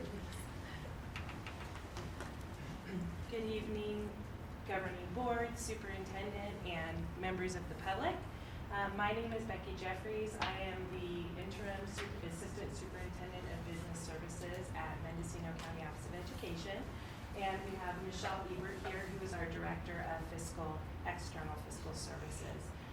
We're here tonight to present to you the information based on the tentative agreements that have been reached in your district with your various units. And we wanted to first just come up and state that we are providing you with the information that is just the data that we have, the numbers that we have for salaries and benefit costs. And we are here to do our due diligence to help support the district in letting you know what the outcome would mean if these agreements are approved. And so we just wanted to state that, because we're not here to say that people do not deserve or should receive an increase in pay. We are not here to talk about that. This is truly the numbers and the facts that we have. So I just wanted to start with that before Michelle does her presentation, and I also wanted to welcome Melissa. We're excited to have you here at this district. Hello.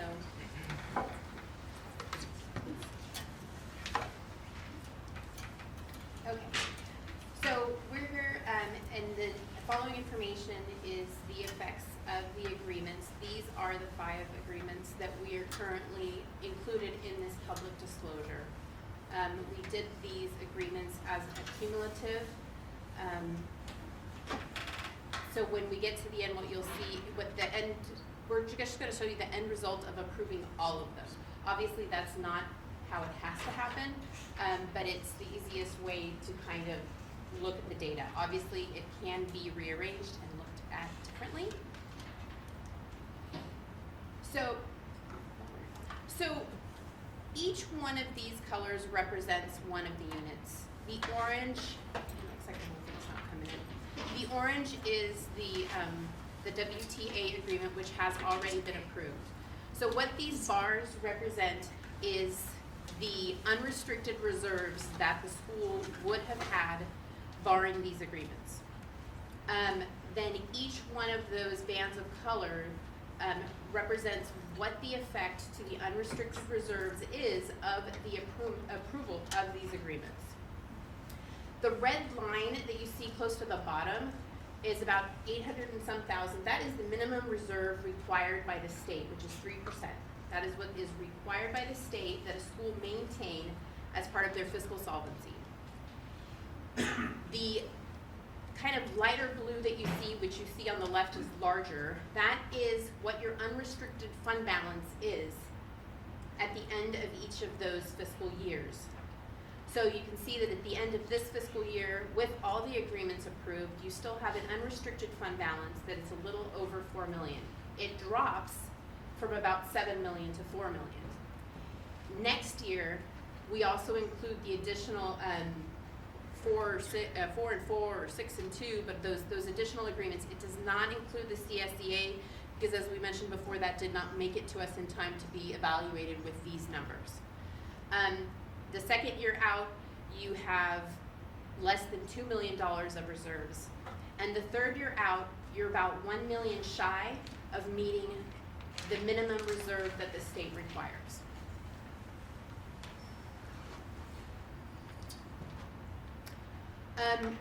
That was based on first interim because first interim was the approved budget at the time of the analysis. So when you do a public disclosure, you do the effects based on the existing approved budget. I also took a look at current, where we are at the most current information. So this includes adding the third year out. When we look at fiscal impacts, we're always looking at this year and 2 years out. This year is very close to being done. So we really should be looking at a fourth year out.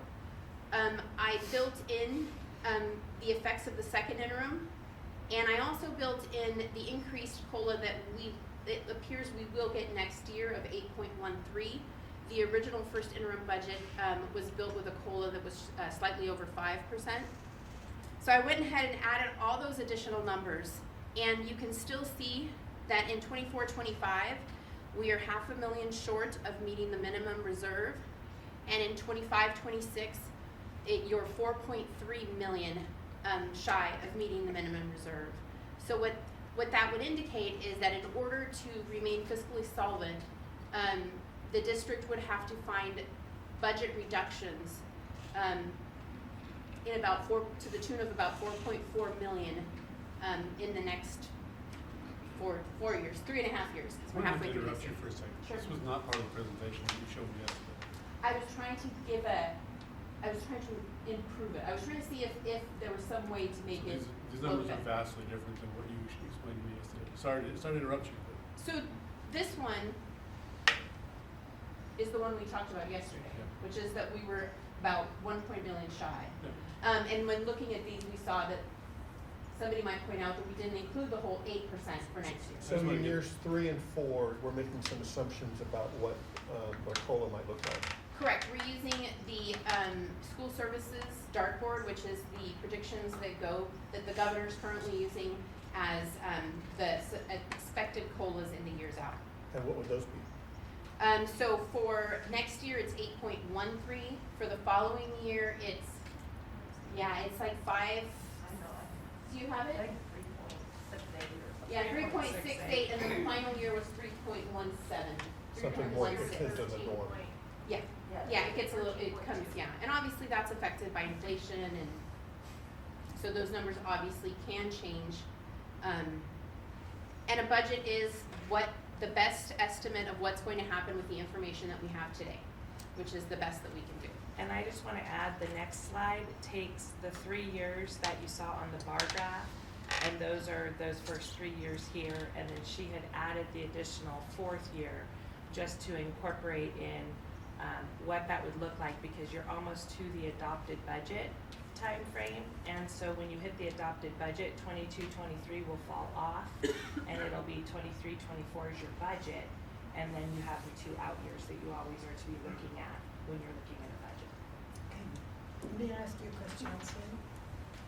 Now, we don't trust my glasses all the time, but when it says minimum reserve, doesn't it say 877,900 and whatever? Yes. Okay, and so then the following year is 849.5 something, and it goes, they're always 800s plus, right? Well, it's 3% of your total expenditure. Exactly. So Yes. what I'm not understanding is how do we get to be $1 million shy in the third year when we have 800 and some dollars? No, that's not what you have, that is what you're required to have. That Right. line is not what you have, that line is what you So are then, required. which one is the one that shows us where we are? The The surplus third line up, deficit? the third line up that says unrestricted ending fund balance. So, And doesn't that say 2 million? right, so you can see that in the first, second year, you have more than you need. Right. So you're, as an example I put for this year, it looks like you're gonna end up at about 15% of reserve. So you have more than you need. You don't have what the board resolution calls for, which is 17%. Well, up to. Okay. My understanding was it was 17%, but at any rate, No, I'm that's, sorry. yeah, it's whatever it is. But you're at about 15%. So what it's showing is that your unrestricted fund balance in 24-25 drops down to 350,000, which is below the 859,000 by 508,547.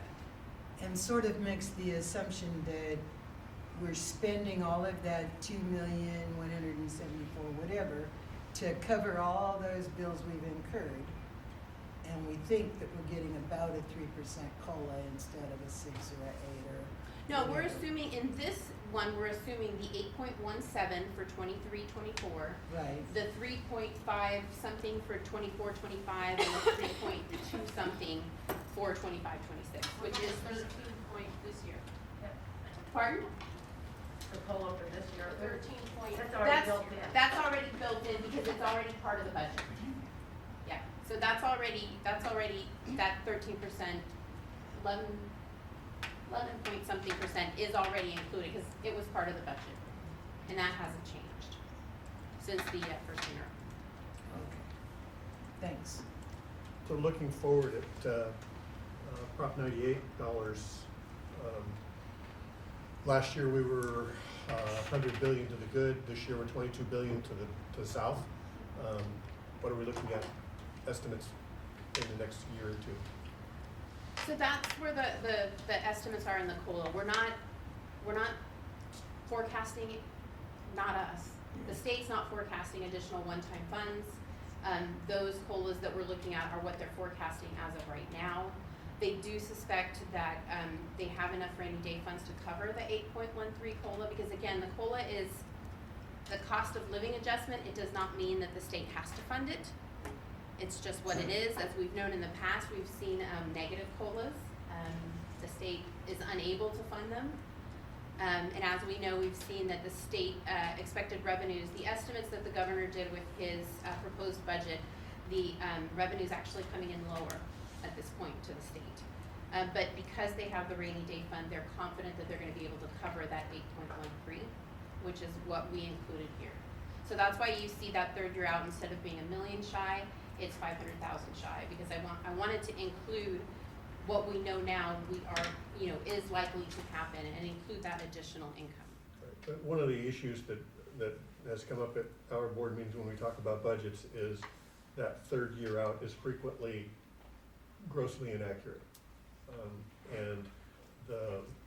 In recent history, instead of being lower than expected, it's been significantly higher than expected. Right. And those revenues have significantly increased.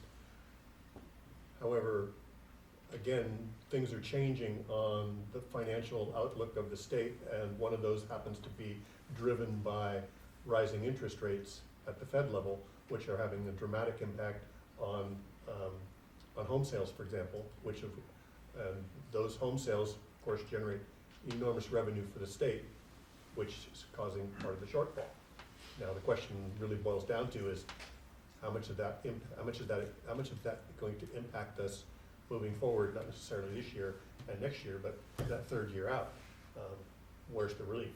And the crystal ball, I don't have one, but you guys working in finance, I would hope have a little bit better view of that than I would. And one of the things that's been affecting the better than expected revenues in the last few years is those one-time COVID funds that have been pouring in, that the state has been sending, which have been unprecedented amounts. We've seen the governor's proposal, there's none of that in there. Are you willing to take some questions from the audience as well? Does that, well, it's, I want to, if I heard you correctly, did you say that the bar graphs you showed did not reflect the CSEA 23-24? No, they do. They do? The bar graph reflects, so each color is one of the agreements. Okay, I didn't know if you had that, because if you didn't have. Oh, it doesn't include the 8% for next year. That's what I'm The asking. 4 and 4. So that bar graph is going to be different if that one gets in next Yes, month. so then when Lower down there. when we get that agreement and we, Melissa does the public disclosure for that one, then that one will affect these numbers. Okay. So who is which colors? You only told us about the. Yeah, sorry, it's cutting off part of it. So the classified management is that green line, right in there. The orange is the classified confidential, that's this little line here. The, it's like a yellow color. The lighter blue there is the classified unrepresented. The larger gray section is the CSEA. And the orange on the top is the WTA that was already approved. Can I ask one more question? Sure. So we only fund salaries out of unrestricted balances? Does it come from other sources? That's true. So it does sometimes come from other sources, but this takes into account that those sources were already spent. So the unrestricted fund will have to contribute to those sources to make up for the larger funds, the larger salaries.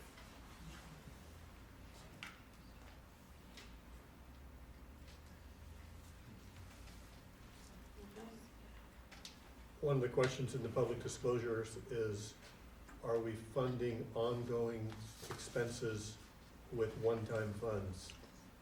And that public disclosure answers yes. And in my opinion, funding long-term expenses with one-time funds is dangerous at best. I have a clarifying question.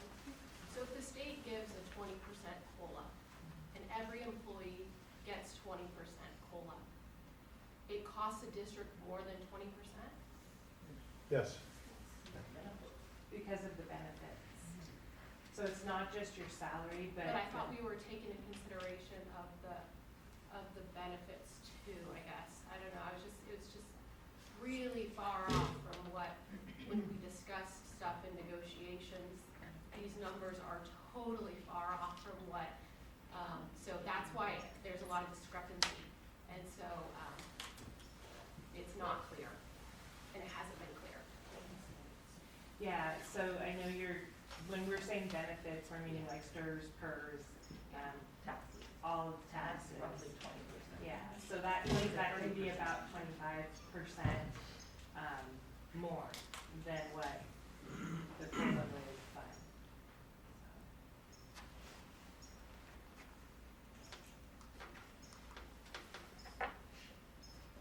Any other questions?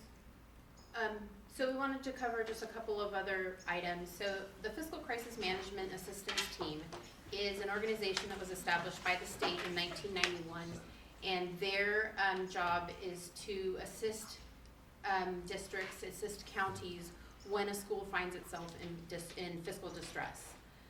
So they can come in and do fiscal risk analysis, they can be invited in, they can be triggered by certain events that happen, whether a budget is positive or qualified or negative. They help with education items, but they are who we turn to a lot when we're looking at what the expectations and what the predictions are for their future, because that's all they do is school finance. I have a question, clarification. Now, I have always been of the impression that the COLA will come in, let's say it comes in at 20%, and let's say our total income coming in is $100,000 or whatever, just to make math easy. Okay, so that 20% means 20% of the whole that comes in, and it is a healthier chunk than our salaries per cells equal up to. And yet you're saying now that no, because of PERS and STRS and all the rest, that's not the truth. And I have a real difficult time understanding that. So the COLA only affects your LCFF funding. Schools are funded primarily by the LCFF, but there's also state and federal funding that is separate, which does not receive the COLA. So for example, I think we saw that it was around 26 million was the revenue that we were looking at. 18 million of that is LCFF. And so we to have a COLA of 10%, which is easier to deal with, then okay, we'd only be getting 10% of the 18 million, so to speak. But in order to figure out how much everyone costs to work here, you need like a scattergram or a J90 or whatever. And you'd set it up and you'd have the amounts of money, and it just seems odd to me that all of a sudden now, not all of a sudden, I'm trusting within the last couple of years or so, that the numbers would now be so much higher, that instead of, what is it, 1,800,000 or whatever, the cost for everyone to receive an increase of the same percentage, so to speak, is going to cost so much more than what the COLA would have brought in. I'm not sure I'm understanding that question. Yeah. Well, with the COLA, in the past, we always did an 80% of COLA. And it meant 80% of the money that came in, you had that much money. And instead of giving that much money and splitting it all over, it was instead given 80% of each cell, each salary structured scale, okay? Structured salary schedule cell. And I know that the PERS and STRS and all the rest were much lower, a lower percentage. But I missed what you were saying, that the percentage is now of PERS and STIRS is about 13? It's about 25, No, 26. Yes, behind, okay. That's increased. Yeah. CFDA is 36. Okay, and putting those two together, because theoretically our salaries are going to be so high that it will just overrun what we have stashed to the side out of that 18, I mean, that 18 Right, it'll million start that's- like buying down your reserves. Yeah, Yeah, the Yeah. unallocated amount. So if you look at the surplus Okay. deficit line, that shows the deficit spending starting next year. So next year, your revenue is going to be 2.6 and change million less than your expenditures.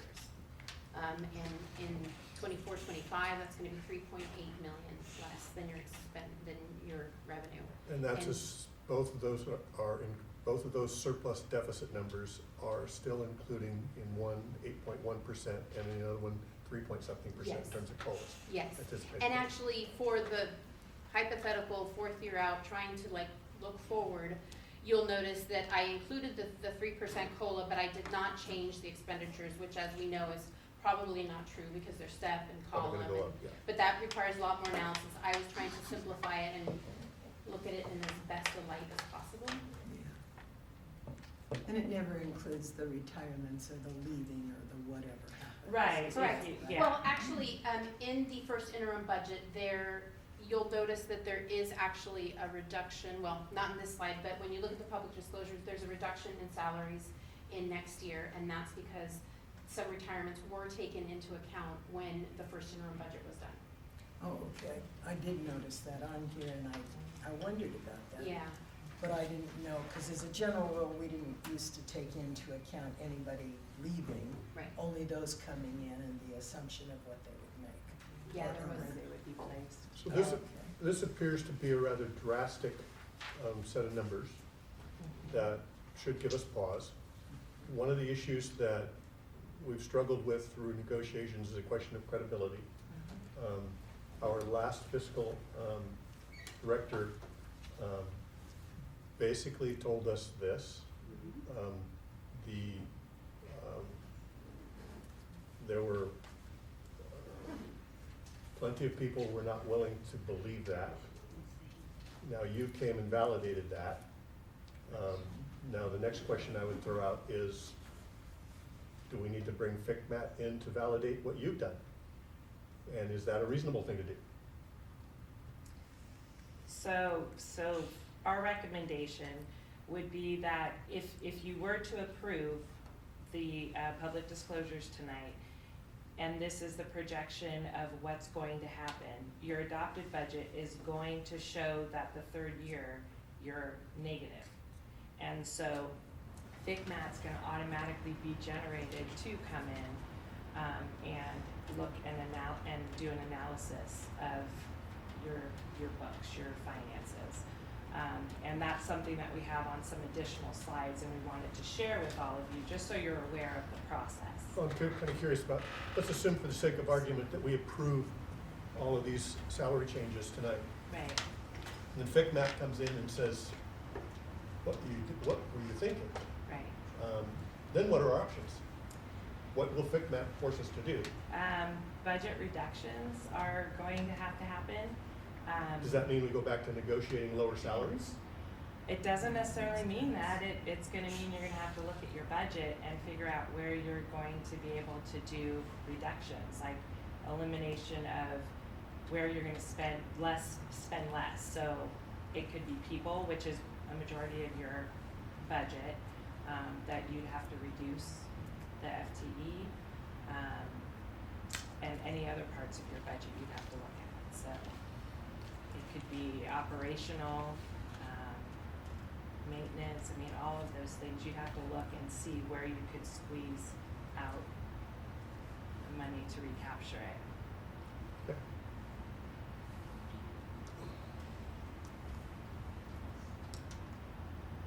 So we did want to go over, looking at those numbers, like you said, to kind of get information on what happens next, should something like this be approved. So fiscal solvency, so that's the ability for a district to basically, part of fiscal solvency, the LEA's responsibility is to prepare, approve, monitor, reporting of budgets, actual financial data rests with the LEA. As the county superintendent, our role, we have the responsibility to assess, to concur or not concur with your evaluations, and to monitor a district's reporting and fiscal condition. So we are to provide progressive intervention tailored to the severity of the problem. So that's our responsibility. So what happens if a district gets into financial trouble?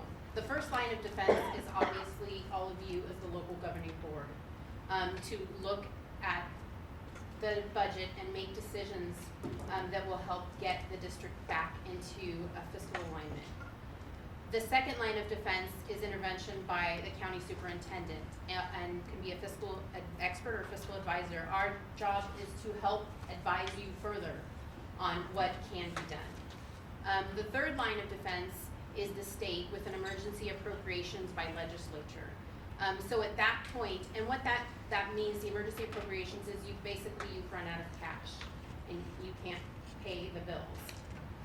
And so at that point, a county administrator is put in place of the superintendent, and a county trustee is put in place of the board of trustees. So the trustees are not removed, but they lose their authority to govern when it comes to the budget. FCMAT is a partner through all of these stages. They help with assistance and advice and expertise.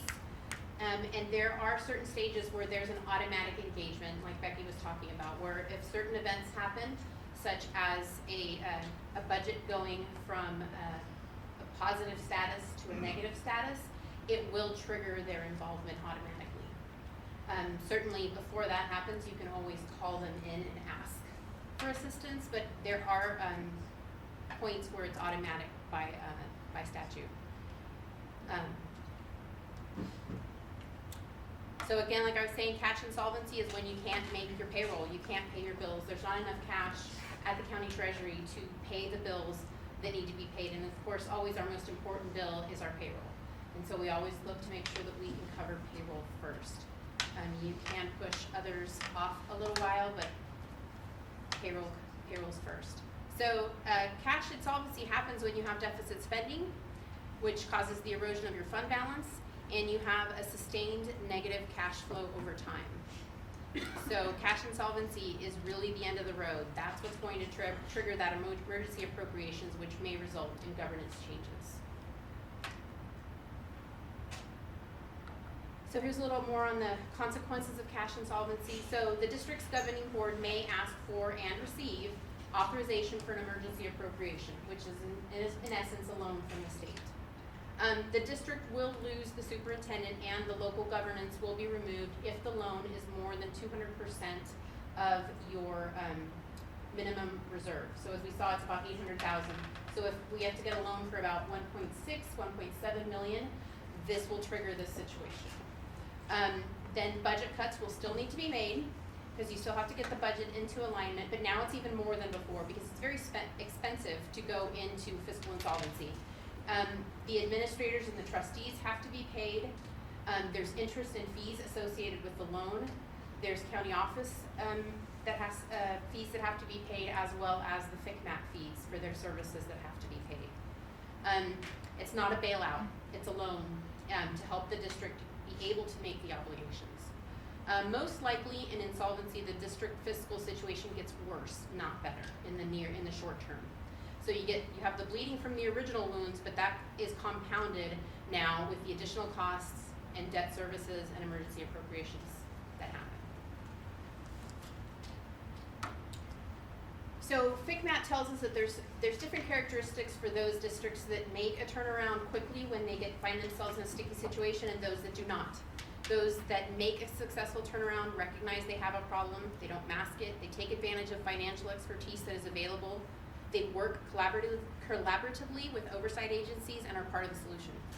Those that do not make a turnaround and find themselves in more problems are those that deny there's a problem, resist scrutiny from the outside, or don't seek external assistance, or are combative with oversight agencies.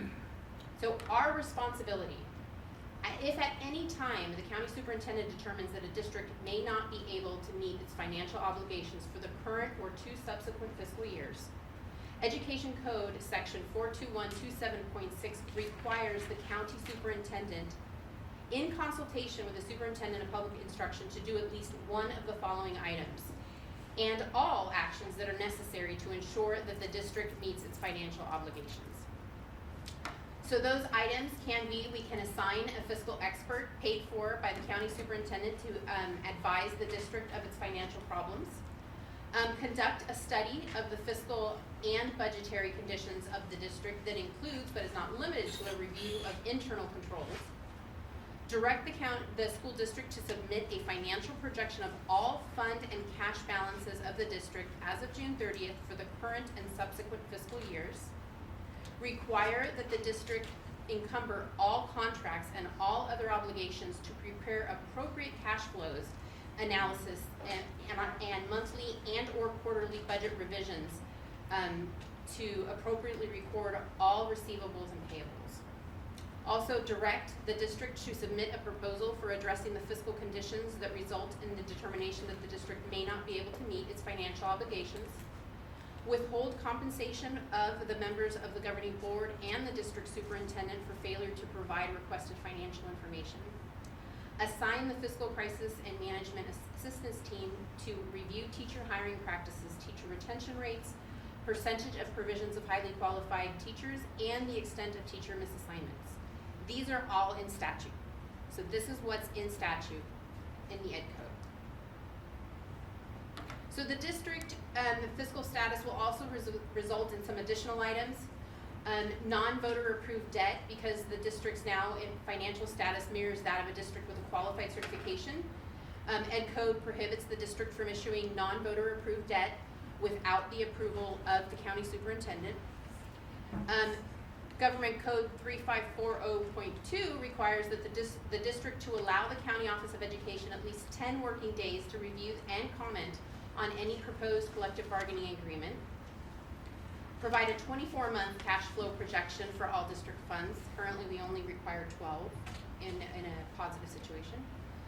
Submit a board-approved solvency and fiscal stabilization plan. This plan must be prepared as a multi-year financial projection for restricted, unrestricted, and combined funds, including the detailed assumptions of how those reductions are going to happen. I want to stop you. I saw a message about the feedback. I don't know if there's something that can be done because they said it's painful. Uh-oh. Thank you, back of the microphone. I didn't mean to Thanks for stop talking. you, but. No, I think she's talking about what you're saying. Oh, I thought the feedback, okay, I thought she was saying the feedback from the microphone. My Yeah, they're apologies. saying it's microphone feedback. Okay, sorry. Okay. And so lastly, to provide a balanced budget. Oh no, she says microphone. Microphone. She says it's the microphone. It's both. It's both. both. It's both. So, fifth microphone of the night? Yeah, let's go for it. Thank you. Fifth time's the charm. Yep. I don't want it screeching in their ears. Yeah. Try to Seeing read as it. people. Yeah, I'm pretty sure we're gonna get a new set, hopefully before the next board meeting. Fingers crossed, that's. How's Thank this? you.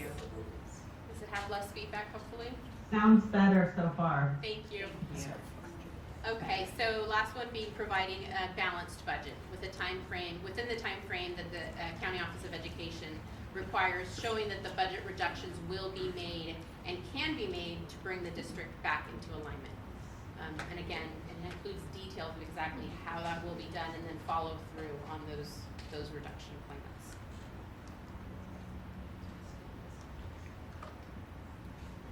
There's been problems with the clicker. Come on. One thing or the other. Oh, gotta love Can technology. you advance it from there, or? Oh, I can advance it from over. Oh, Oh. yeah. Now we Now lost it it. went way back. Yeah, and it's brand new. Is it? Yes, sorry. No worries. Well, So and I think we were at, we're kind of at the end anyway. So the final thoughts are that our advice as the county office is that you take a pause and work with your new district fiscal services person to really look at the numbers and determine where the reductions can be made before you commit to something that could lead to fiscal crisis.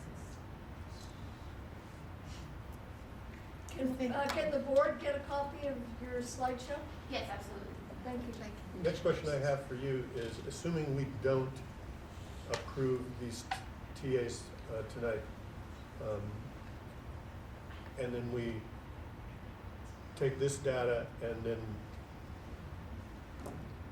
move back towards the bargaining table, is that not regressive bargaining? Are we gonna be putting ourselves at risk? So you've got tentative agreements. You have the choice to approve or not approve.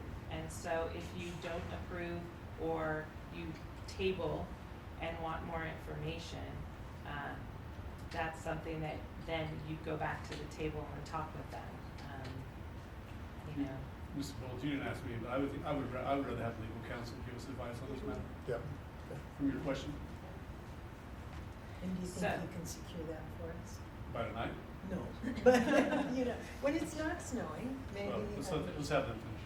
Okay. Yeah. And so again, we're not saying that it shouldn't ultimately be done. What we're saying is we really advise that you take the time to first identify where reductions can be made, because ultimately the goal is to serve the students.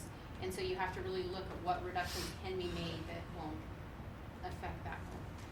And we wouldn't be doing our due diligence if we didn't give you the information that we have at hand, based on numbers from the state and information that we have with the budget here. So, Given the situation that we have a new fiscal manager, how quickly could we get that kind of information? I mean, we talked. I would suggest that we probably ask this question probably, okay. I mean, How I was quickly? thinking- I don't know. So hopefully between now and the next board meeting, we could have a Between special, now and the next board meeting. we could have a special meeting, Yes. and get that information out. Yeah. Okay. So that's all we have on the public discussion. yeah, Thank the you. public disclosure, thank you very much. Thank you, we appreciate it. Thank you. We should Okay. take a break. Okay, we're gonna take a 10-minute break, so.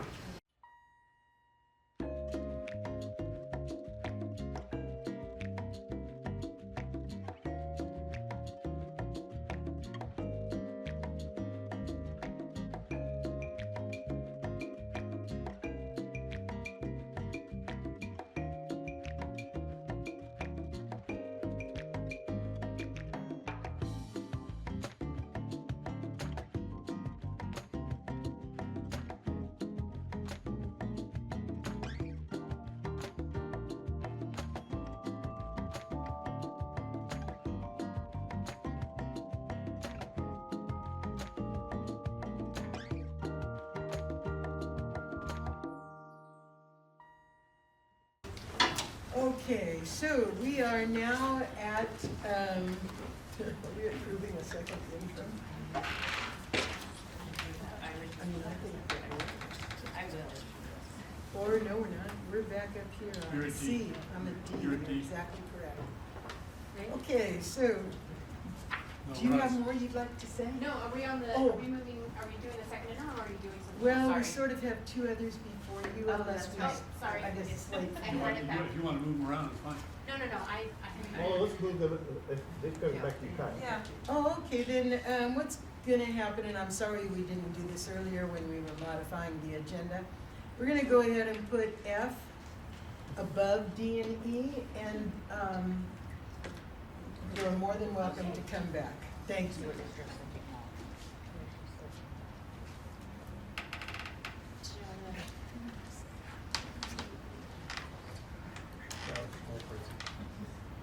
Okay, so what I'm gonna present now is the second interim budget that was prepared with the agreements that were in place at the time. So, when we do the second interim, oh, my goodness. It worked? There we go. So what changed in the unrestricted general fund? Oh, we're back. There we go. What changed from the June budget? So when we do the second interim, we highlight the changes from the first interim budget. So what was changed in the second interim budget, or the second interim budget from first, is that we added the WTA agreement into the second interim budget because it was approved at the time that we did the second interim budget, which increased salaries in the unrestricted fund by 1.18 million. And to the point that someone else made, not all of the increases are happening in the unrestricted fund because some of those increases are happening in other funds.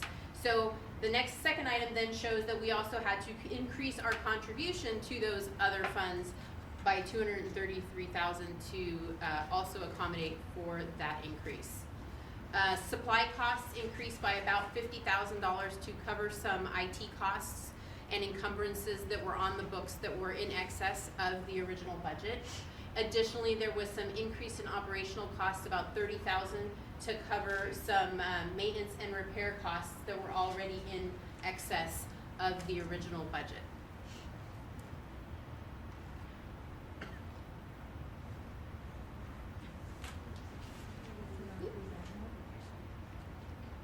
Can you hit the button on the computer, make it change? Sorry. Thanks, Melissa.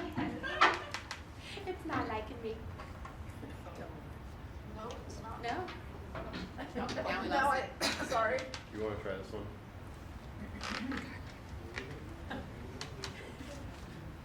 It's on. She has it. You like the clicker? Okay, should we try it? Oh, there we go. Okay. So, other changes to the restricted fund, the revenue and expense increased by 260. So that's revenue that we pulled from next year and brought it into this year. So in the original budget, it was forecasted as revenue for next year. We pulled it into this year so that we could cover the cost of some IT switches that are in replacements. The net effect is zero because we increased our revenue and we increased our expense. It just decreased revenue in years out because we pulled it forward. Revenue increase of $250,000 that was for an MTSS program that was not originally in the first interim budget. $600,000 in increased salaries that cover the MTSS program that were not in the original budget. And $125,000 reduction in supply expenditures, and that's partially to cover the salary expense increases. So we saw that some supplies were not tracking as high as the original budget, so we went ahead and reduced those to kind of offset some of the salary increase. What's not included in the budget? So all the other agreements are not in this budget because they didn't make it in time for our analysis. We also did not include the proposed governor's proposal of the reduction in the arts, music, and instructional materials grant, which for Willits represents about a reduction of $290,000 in revenue. We're still not sure whether that's going to happen. So it is not in the budget. At this point, the state was going to distribute those funds in April. They are now not going to distribute those funds until the end of the summer in case the June budget does come in with that reduction. So we did not reduce your budget by the $290,000. There's also $60,000 in a resource 7085, which is for the Learning Community School Success Grant, which does not currently have a plan in place or expenditures, and those funds expire June 30th, and so if they are not spent by June 30th, they will have to be returned to the state.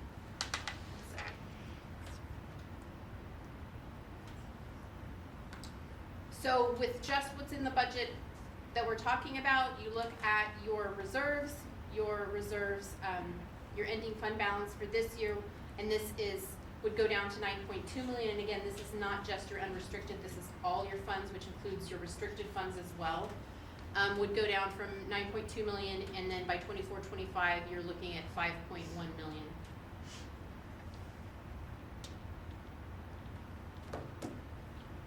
So this is just a graphic that sort of represents that reduction in your fund balance based on what's in the budget. And that's pretty much all I had as far as what changed between the first and second. Any questions? I'm confused on the out years you pointed out there, showing a fund balance of $5 million 2 years out, whereas the prior presentation was drastically different. So this presentation, the budget only includes the already agreed upon WTA agreement. The public disclosure that I was presenting before shows the results of all of the additional agreements. Got it, okay. Accepts. Any other questions? No, I appreciate it, thank you. I have a question that I noticed. You had $600,000 for salaries on the MTSS.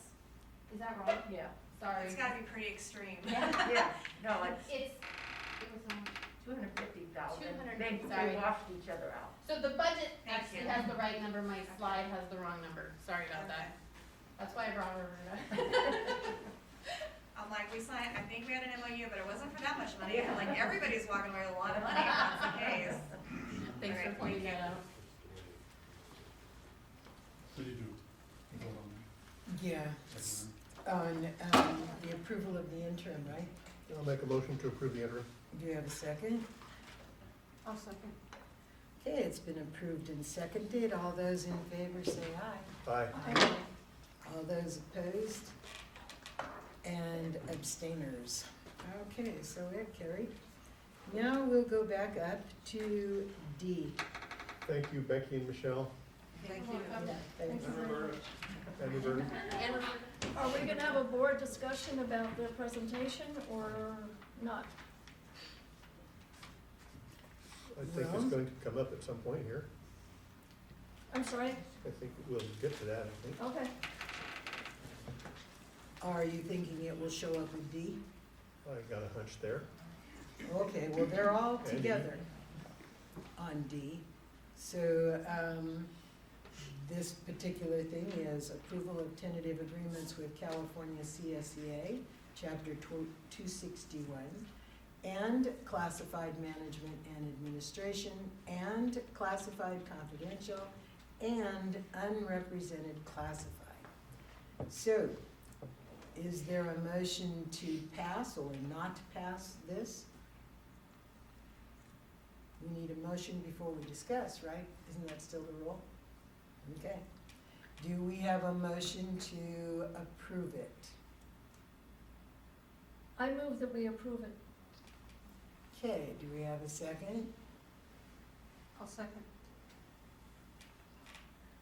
All those in, thank you, both of you, all those in favor I say. think we're gonna have a discussion. Oh, don't we? that's true, we're discussing, did I say that? All right, we have some discussion, does anybody wanna speak first? I'll speak first. I am mortified and angry that we're in this situation. This board was giving clear information by the previous director of fiscal services, that if we went over 15%, we were jeopardizing our financial well-being. And this current board majority, in all their wisdom, chose to go for 17%. So, this is,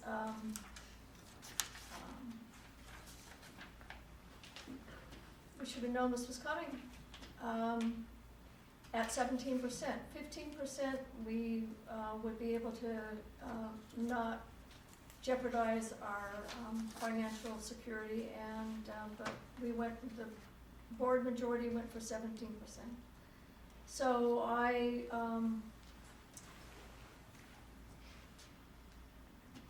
was very clear with the superintendent through all this negotiation stuff that I wouldn't go over 15%. And the WTA agreement was for 17% plus whatever, and I voted against it as protest for going over the 15%. But I also told the superintendent from the very beginning that I would not support something for teachers that the rest of the staff did not get. And that we have to have equity across the system. And I cannot, in good conscience, see teachers getting a significant raise without the rest of the staff getting significant raise, even though it digs us further into a hole. And we're obviously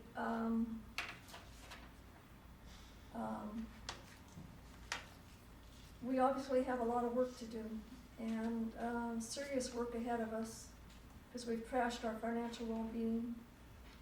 And we're going to have to reduce our spending by making some really hard cuts. And I can't understand how neighboring districts can pay their staff so much more and stay financially viable. But we try to close the gap with neighboring districts, and now we're in financial crisis. So we're obviously going to have to, this board and this administration is going to have to make some really hard decisions, and we're in a position of losing local control. And I'm angry and I'm distressed that this current board has put us in this position. So that's what I got to say. Good, thank you. Anyone else have some comments to make? I would agree with Jeannie's assessment that what's good for the goose is good for the gander. That if we've provided a significant raise for WTA's membership, then that same raise should be extended across the board to all of our employees. And that means all of our employees. Those inequities, let's face it, the inflation affects us all. Our buying power drastically changed in the last year, and it's not going to get a whole lot better in the immediate future. The district did receive significant revenues. I personally have a lot of fear of what the future is going to hold with respect to the budget that the state's going to be providing, not this year and not next year, but that following year. I'm really reluctant to see what those numbers are going to look like. It looks to me like we've committed ourselves to something that is very potentially unsustainable. So I'm more apt to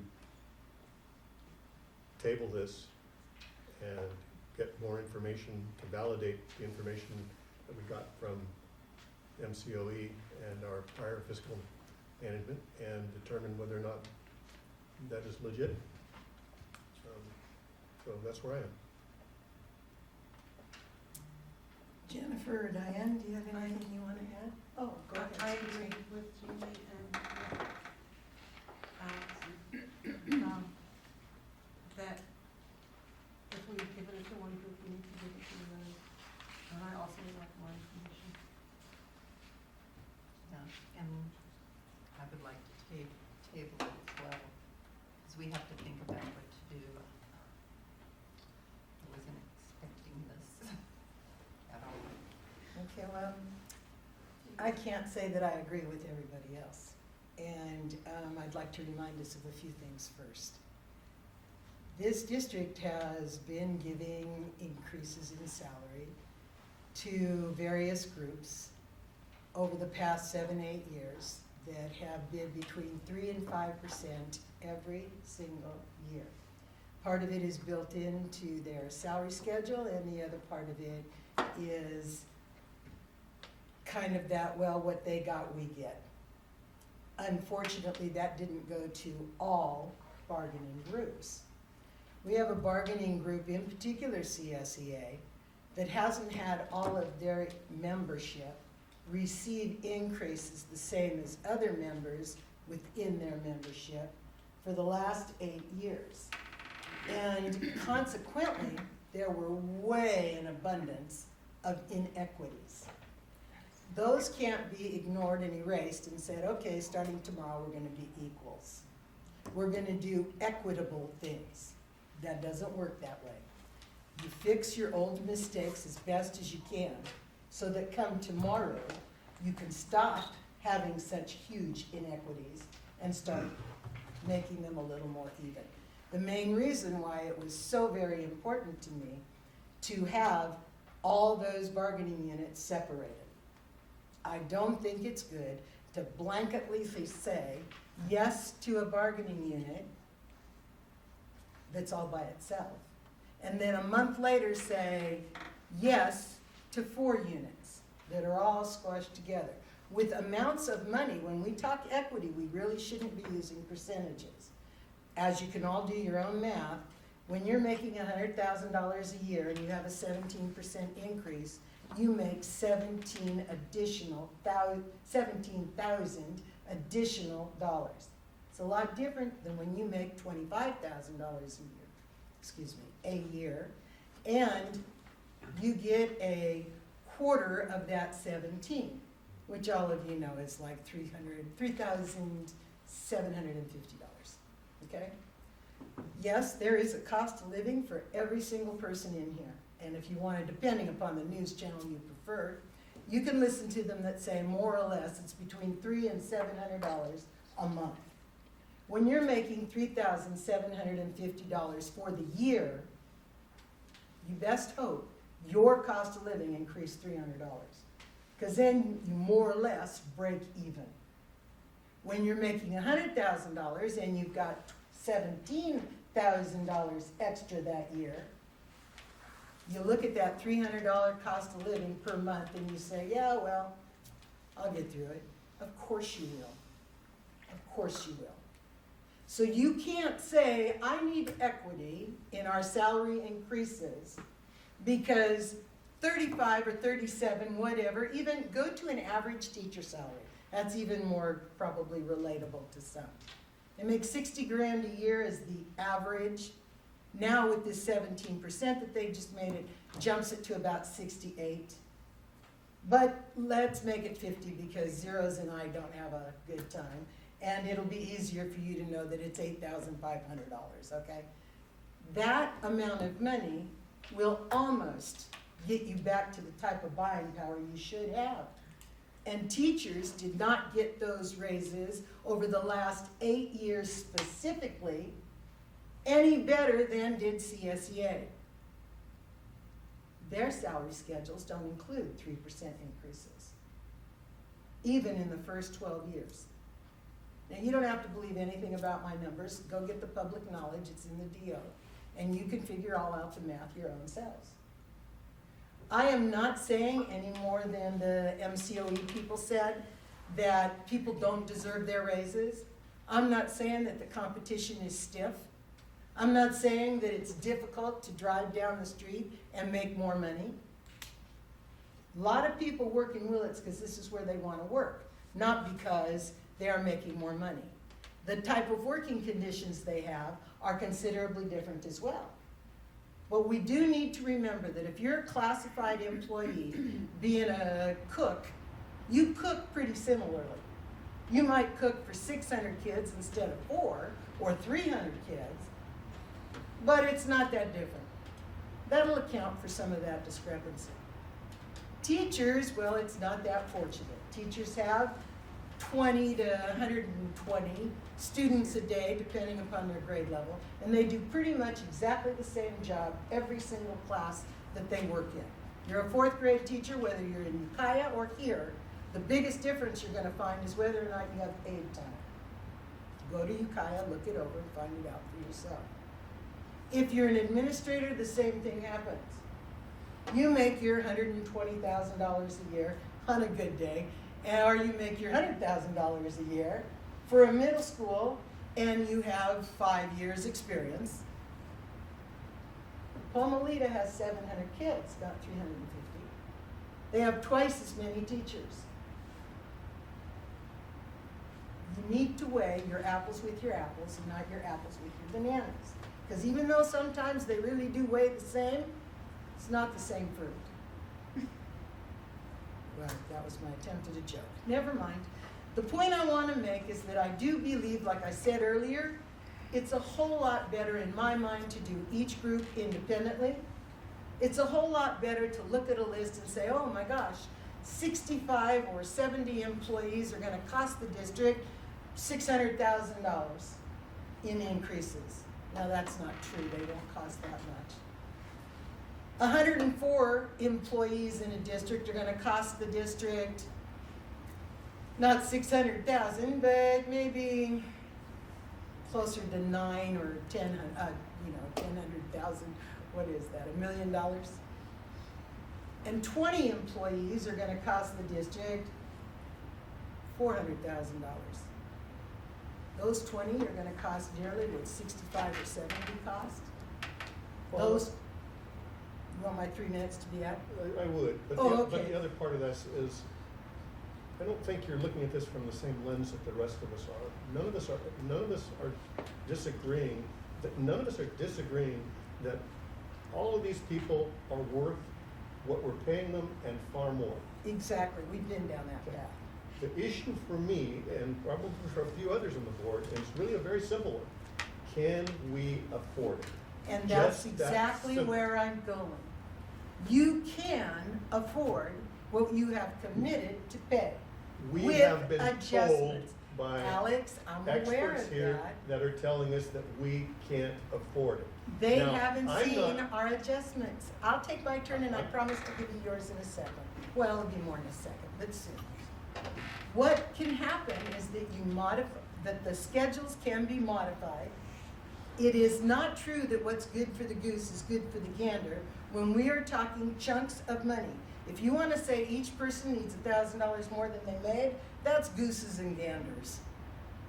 Otherwise, I can't agree with that. And the other issue is, since they are not separated, we probably are in a position that says it's a yes or a no for everybody. But that's not necessarily because one group or another couldn't be afforded, or that all groups can't be afforded with some modifications. And that's where we'll end it. Now, do you want to talk some more? Yeah, just real briefly. I support providing the raises, as we have delineated them in this tentative agreements. That is not the issue for me. My issue is really plain and simple. Can we afford it? We've been told by our past financial manager, we're on thin ice. Now, that's been validated by MCOE. I got no reason to question either of them. We have an opportunity possibly to bring in FICMAT to give us even additional. What the other thing is we can turn back to our superintendent and our new fiscal manager and go, with the numbers that MCOE has provided us, what kind of a plan can we put in place to make this work? I'm asking for the time to get that information, and that is all. And if they come back to us and say, we can make this work, I'm in. If they come back to us and say, this is not looking good, then I'm gonna have to ask that we go back to the table and figure out something else. But I want the information. I want to make it as, that all these people that are employees besides the teachers, the same thing holds to their salaries that held with the teachers' salaries, is that there's a huge discrepancy between what they could make in another school district and what we've been able to pay. And so, we can lose those employees as well as we could have lost the teacher employees. So, we need to take that into consideration. And that's any employee with the district.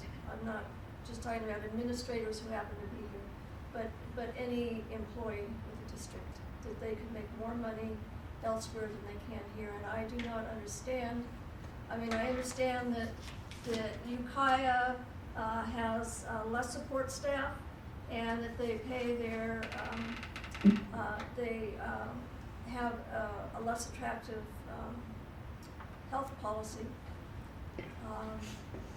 We pay a lot more for health benefits, but, so maybe that needs to be on the table.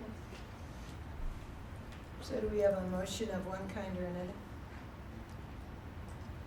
You would need to amend your motion. We already have a motion. Actually, already have a Well, motion. we've already said. But you haven't voted on it. Right. Okay, well, So what was the motion we had on the table?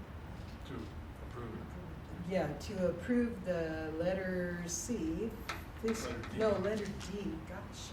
The approval of the tentative agreement with CSEA and the management administration and confidential classified, unrepresented classified. I'd like to make a different motion in that we table it to next board meeting. So do we have to take back the motion? No, because you need to vote on it, so you can just say this motion is not done. You should probably vote on it to turn it down, To or you turn can it pull it down. back. Yeah, otherwise they have to ask to take it back, right? So whoever Okay, made the well, motion. which do you wanna do? Did I make the motion? Didn't you make this If motion? I did, then I make a motion to pull it back. Oh, okay. So then you make an additional motion. So I'll make a motion that we table this till next board meeting. Okay, do we have a second? A second. Okay, all those in favor say aye. Aye. Aye. I'd also like to direct staff to. Wait, we're not done with the opposed ones. Or did you respond to either one of them? I didn't respond. I didn't think so. Yes, I will approve that we pull it back to acquire further information. You agree with the tabling, right? Okay, and So- that's 5A's that said So let's table. to follow up with that, I'd like to direct staff to get us the information that we need to be able to determine whether or not whether we can afford it. I'd like to reach out to FICMAT, because I really would like to have these numbers validated. I think I won't respond that quickly in a month. I don't know that, but it's worth No, asking. he knows. Oh. And then the other would be to direct staff to show us what budget changes we can make to allow us to be able to afford this. And I want to say that if we ask staff to give us further information so that we can make better decisions, then we sure as heck cannot ignore the information that we get and decide to Just what? just ignore the expert information that we're getting and just decide on our own what we're gonna do. Like we did with the 17%. Okay. Now we're at letter E, right? Since that was not included in letter D, we need a motion to approve the tentative agreement with certificate administration. Do we have, I would like to table this as well. so you have a motion to table, is there a second? I second. Okay, it's been moved and seconded that we table the tentative agreement. All in favor say aye. Aye. Aye. All opposed, there shouldn't be any, and that's that. Now, letter G. G Okay, and H are yeah. not, G and H are no longer valid, because you don't have payments with those. takes care of that. How about the approval of the 22-23 school plans for student achievement? Is that what Aurora did the training on? No. No, she, oh, School plans for student achievement are documents that have to be produced every year. Just like a SARC, they flow into the money that's being spent in the school side. I don't really care for all the funds. I have a question. I wasn't here at the last board meeting. Did we approve the WTA salary increases of 17? We did, Yeah. So would that fall into the item G? oh, yes, that's a good point. We need to approve the 22-23 WTA salary schedule. oh, G. okay. Well then, do you wanna finish talking about the school plans and then we'll go back to Yeah. that? So basically, Do you wanna sort of talk a little louder? Or are you just explaining it to yeah, her? I'm assuming you all know the school side plans. Yeah. Yeah, I didn't know Jennifer. Oh, I see, I'm sorry. Okay. So these are all been done. Y'all know what it is, right? A school plan for improvement or whatever. And we also have to now put in the differentiated systems in these plans. That's Laura went over earlier. And updated budgets as well, because we did not have you get to properly plan out our budgets, so we have to update those budgets as well as site plans. And the team, all the administrators worked on adding the components that the FPM required as well in there. So that was another function, another change that. Does that need to be tabled then for next? No, we can still approve, but they'll have to make some updates. We'll all have to make some updates. And I have a question about it. There's just about every time when it talks about students will do these things, you know, there will be an improvement in this way and it will be shown like whatever. It constantly says all students or every student. Is that now because the subgroups are not No, that's how maintaining they were. So with the differentiated assistance, after we go through all of our root analysis, then we can truly fine tune our single plans for student achievement to reflect what we're doing. But we don't have that done yet. Oh, So okay. we have to complete them, update them as per the information that we have right now. That's what we have, and just wanted to let you know that we'll be updating the finances, we'll be updating to reflect the areas of needs that we will be addressing for our differentiated assistance. Okay, so then this is kind of like, you know, when we did It's the a work in report card progress. deal and, Yeah, okay, so it's a work in that's, progress. A site plan can start evolving throughout the year. It's not something that's cemented. It's not like a one-time, once-a-year thing. It Organic evolves. process. You're It's supposed to organic be progress Okay. monitoring and assessing how you're doing throughout the year. That's why you guys meet as a school site council throughout the year. You should be reflecting on your practices and see how your goals are going.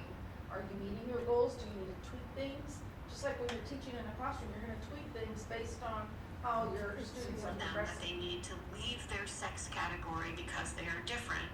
I want them to understand that there are many ways to treat gender dysphoria if a child does have it.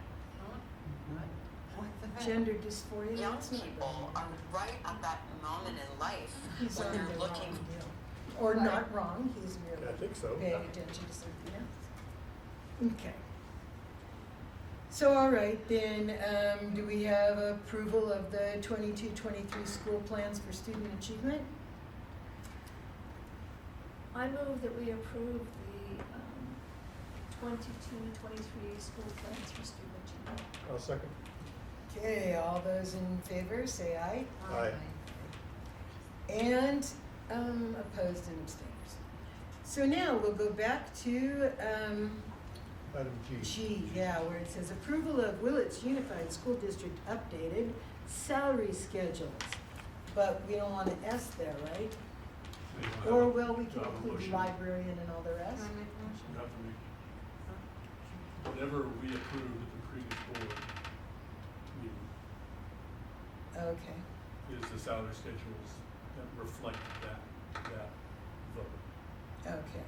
So, Which was the WTA salary schedules. Okay, I Which just is the didn't. WTA offer. Now you're putting salary schedules, right? Essentially, we're committed to Yeah. this because we, Yes.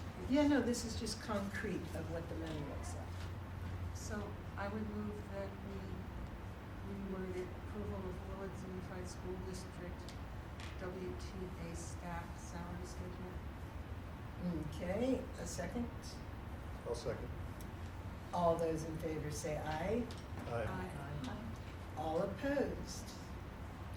Any abstentions? Good. Now we are on J, approval of the transportation plan. So I received a notice from MCOE. You need to do H. H, no, we can't. You can't do H. You need to do WTA. We did WTA. That's sort of what we did with J, right? No, that's I mean G. 2023. Thank you. Yeah, so we have to do H the same way as G. Okay, so approval of Willits Unified School District WTA staff, 2023-2024 salary schedules. Okay, that's this one. All righty, thank you. Do we have a second? What do are we on now? I'm confused. We're going back and forth. We're doing H as reworded just to reflect WTA stuff.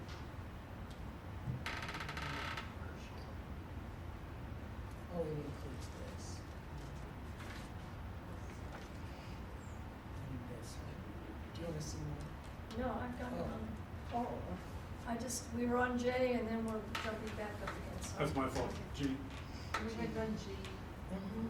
and we all approved that, and now I just substituted for the next one, just the Willits Teachers Association stuff.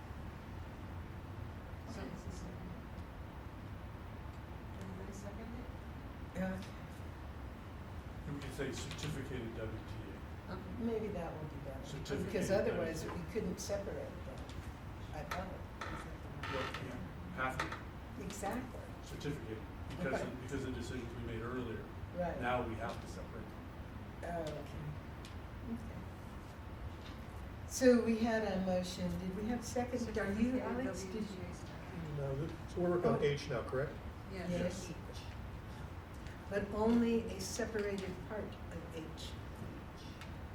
It would just be for the certified WTA employees.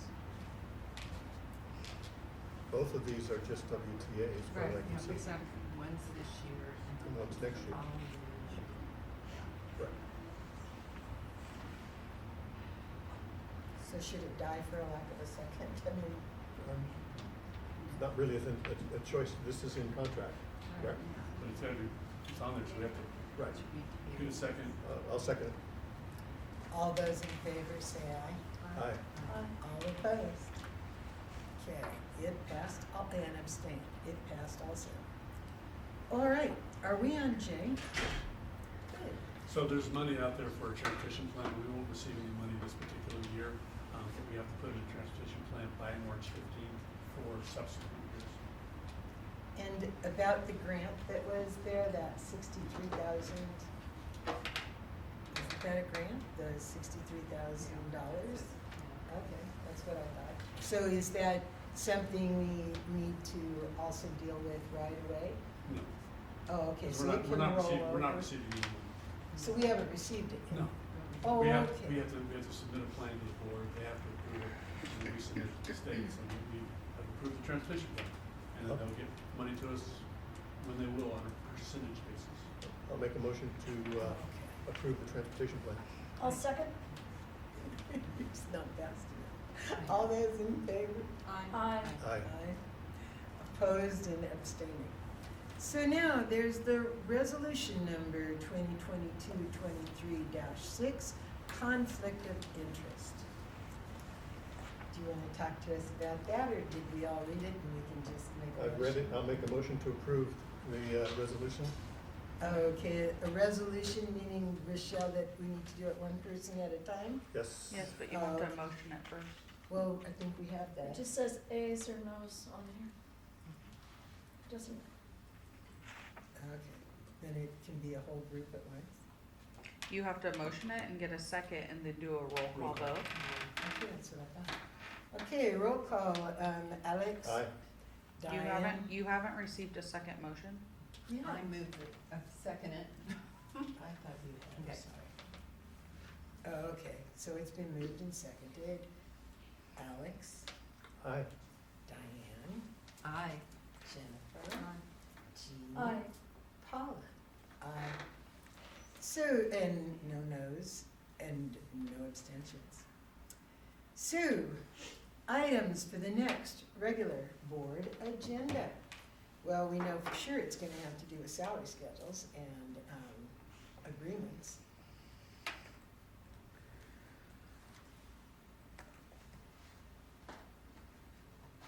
Anything else you want on there? I would like to request that all of those are done independently, separately, please. Is it the will of the board? I hope so, but maybe not. They have to, it can't be like the way we did the, board policies and things like that. I'm They just all, asking, what's the will of the board? We I voted before and decided not to separate it out. and Oh. things Sorry. are now different, so, I don't see things being different, I see things being very much the same. I'd like to maintain them all together. we're gonna treat them all, I agree. treat them all equitably. Okay, you agreeing too? Yeah. Oh, okay, well, it's 4-1 then that, I don't agree. I'll make a motion to adjourn. Is that all that's gonna go on next Are we month? gonna have another closed meeting? Yes, we are. We won't know until they've given us some data, whether or not they're gonna go to produce it, and I would assume at some point, Mark will reach out to us and, You mean for the closed session I asked for after this oh, meeting? I'm sorry, I'm thinking of a special meeting. No, or- we'll just wait on you for a date, right? Okay. Well, yeah, I have plans for about a 5-minute closed session. Okay. So then, So, we are not adjourned. If you all wanna wait, you're welcome to it for 5 minutes, otherwise we'll be right back. Excuse me, did I bang this deal? so we're adjourning to closed session. Yes.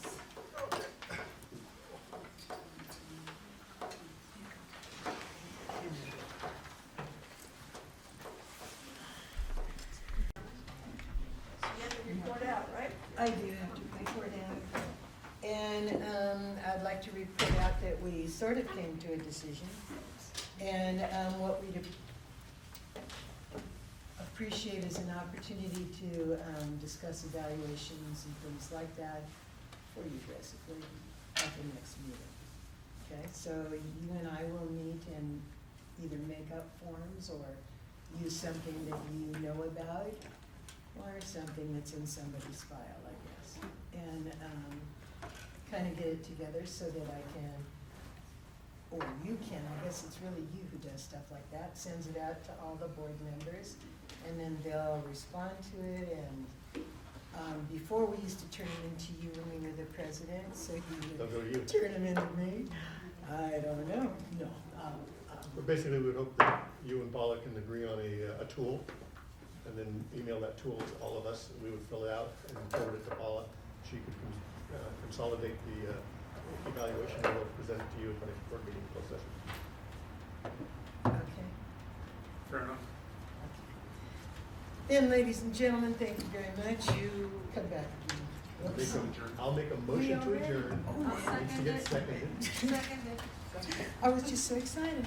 All right, all in favor, say Aye. aye. Those opposed, care to stay? Okay.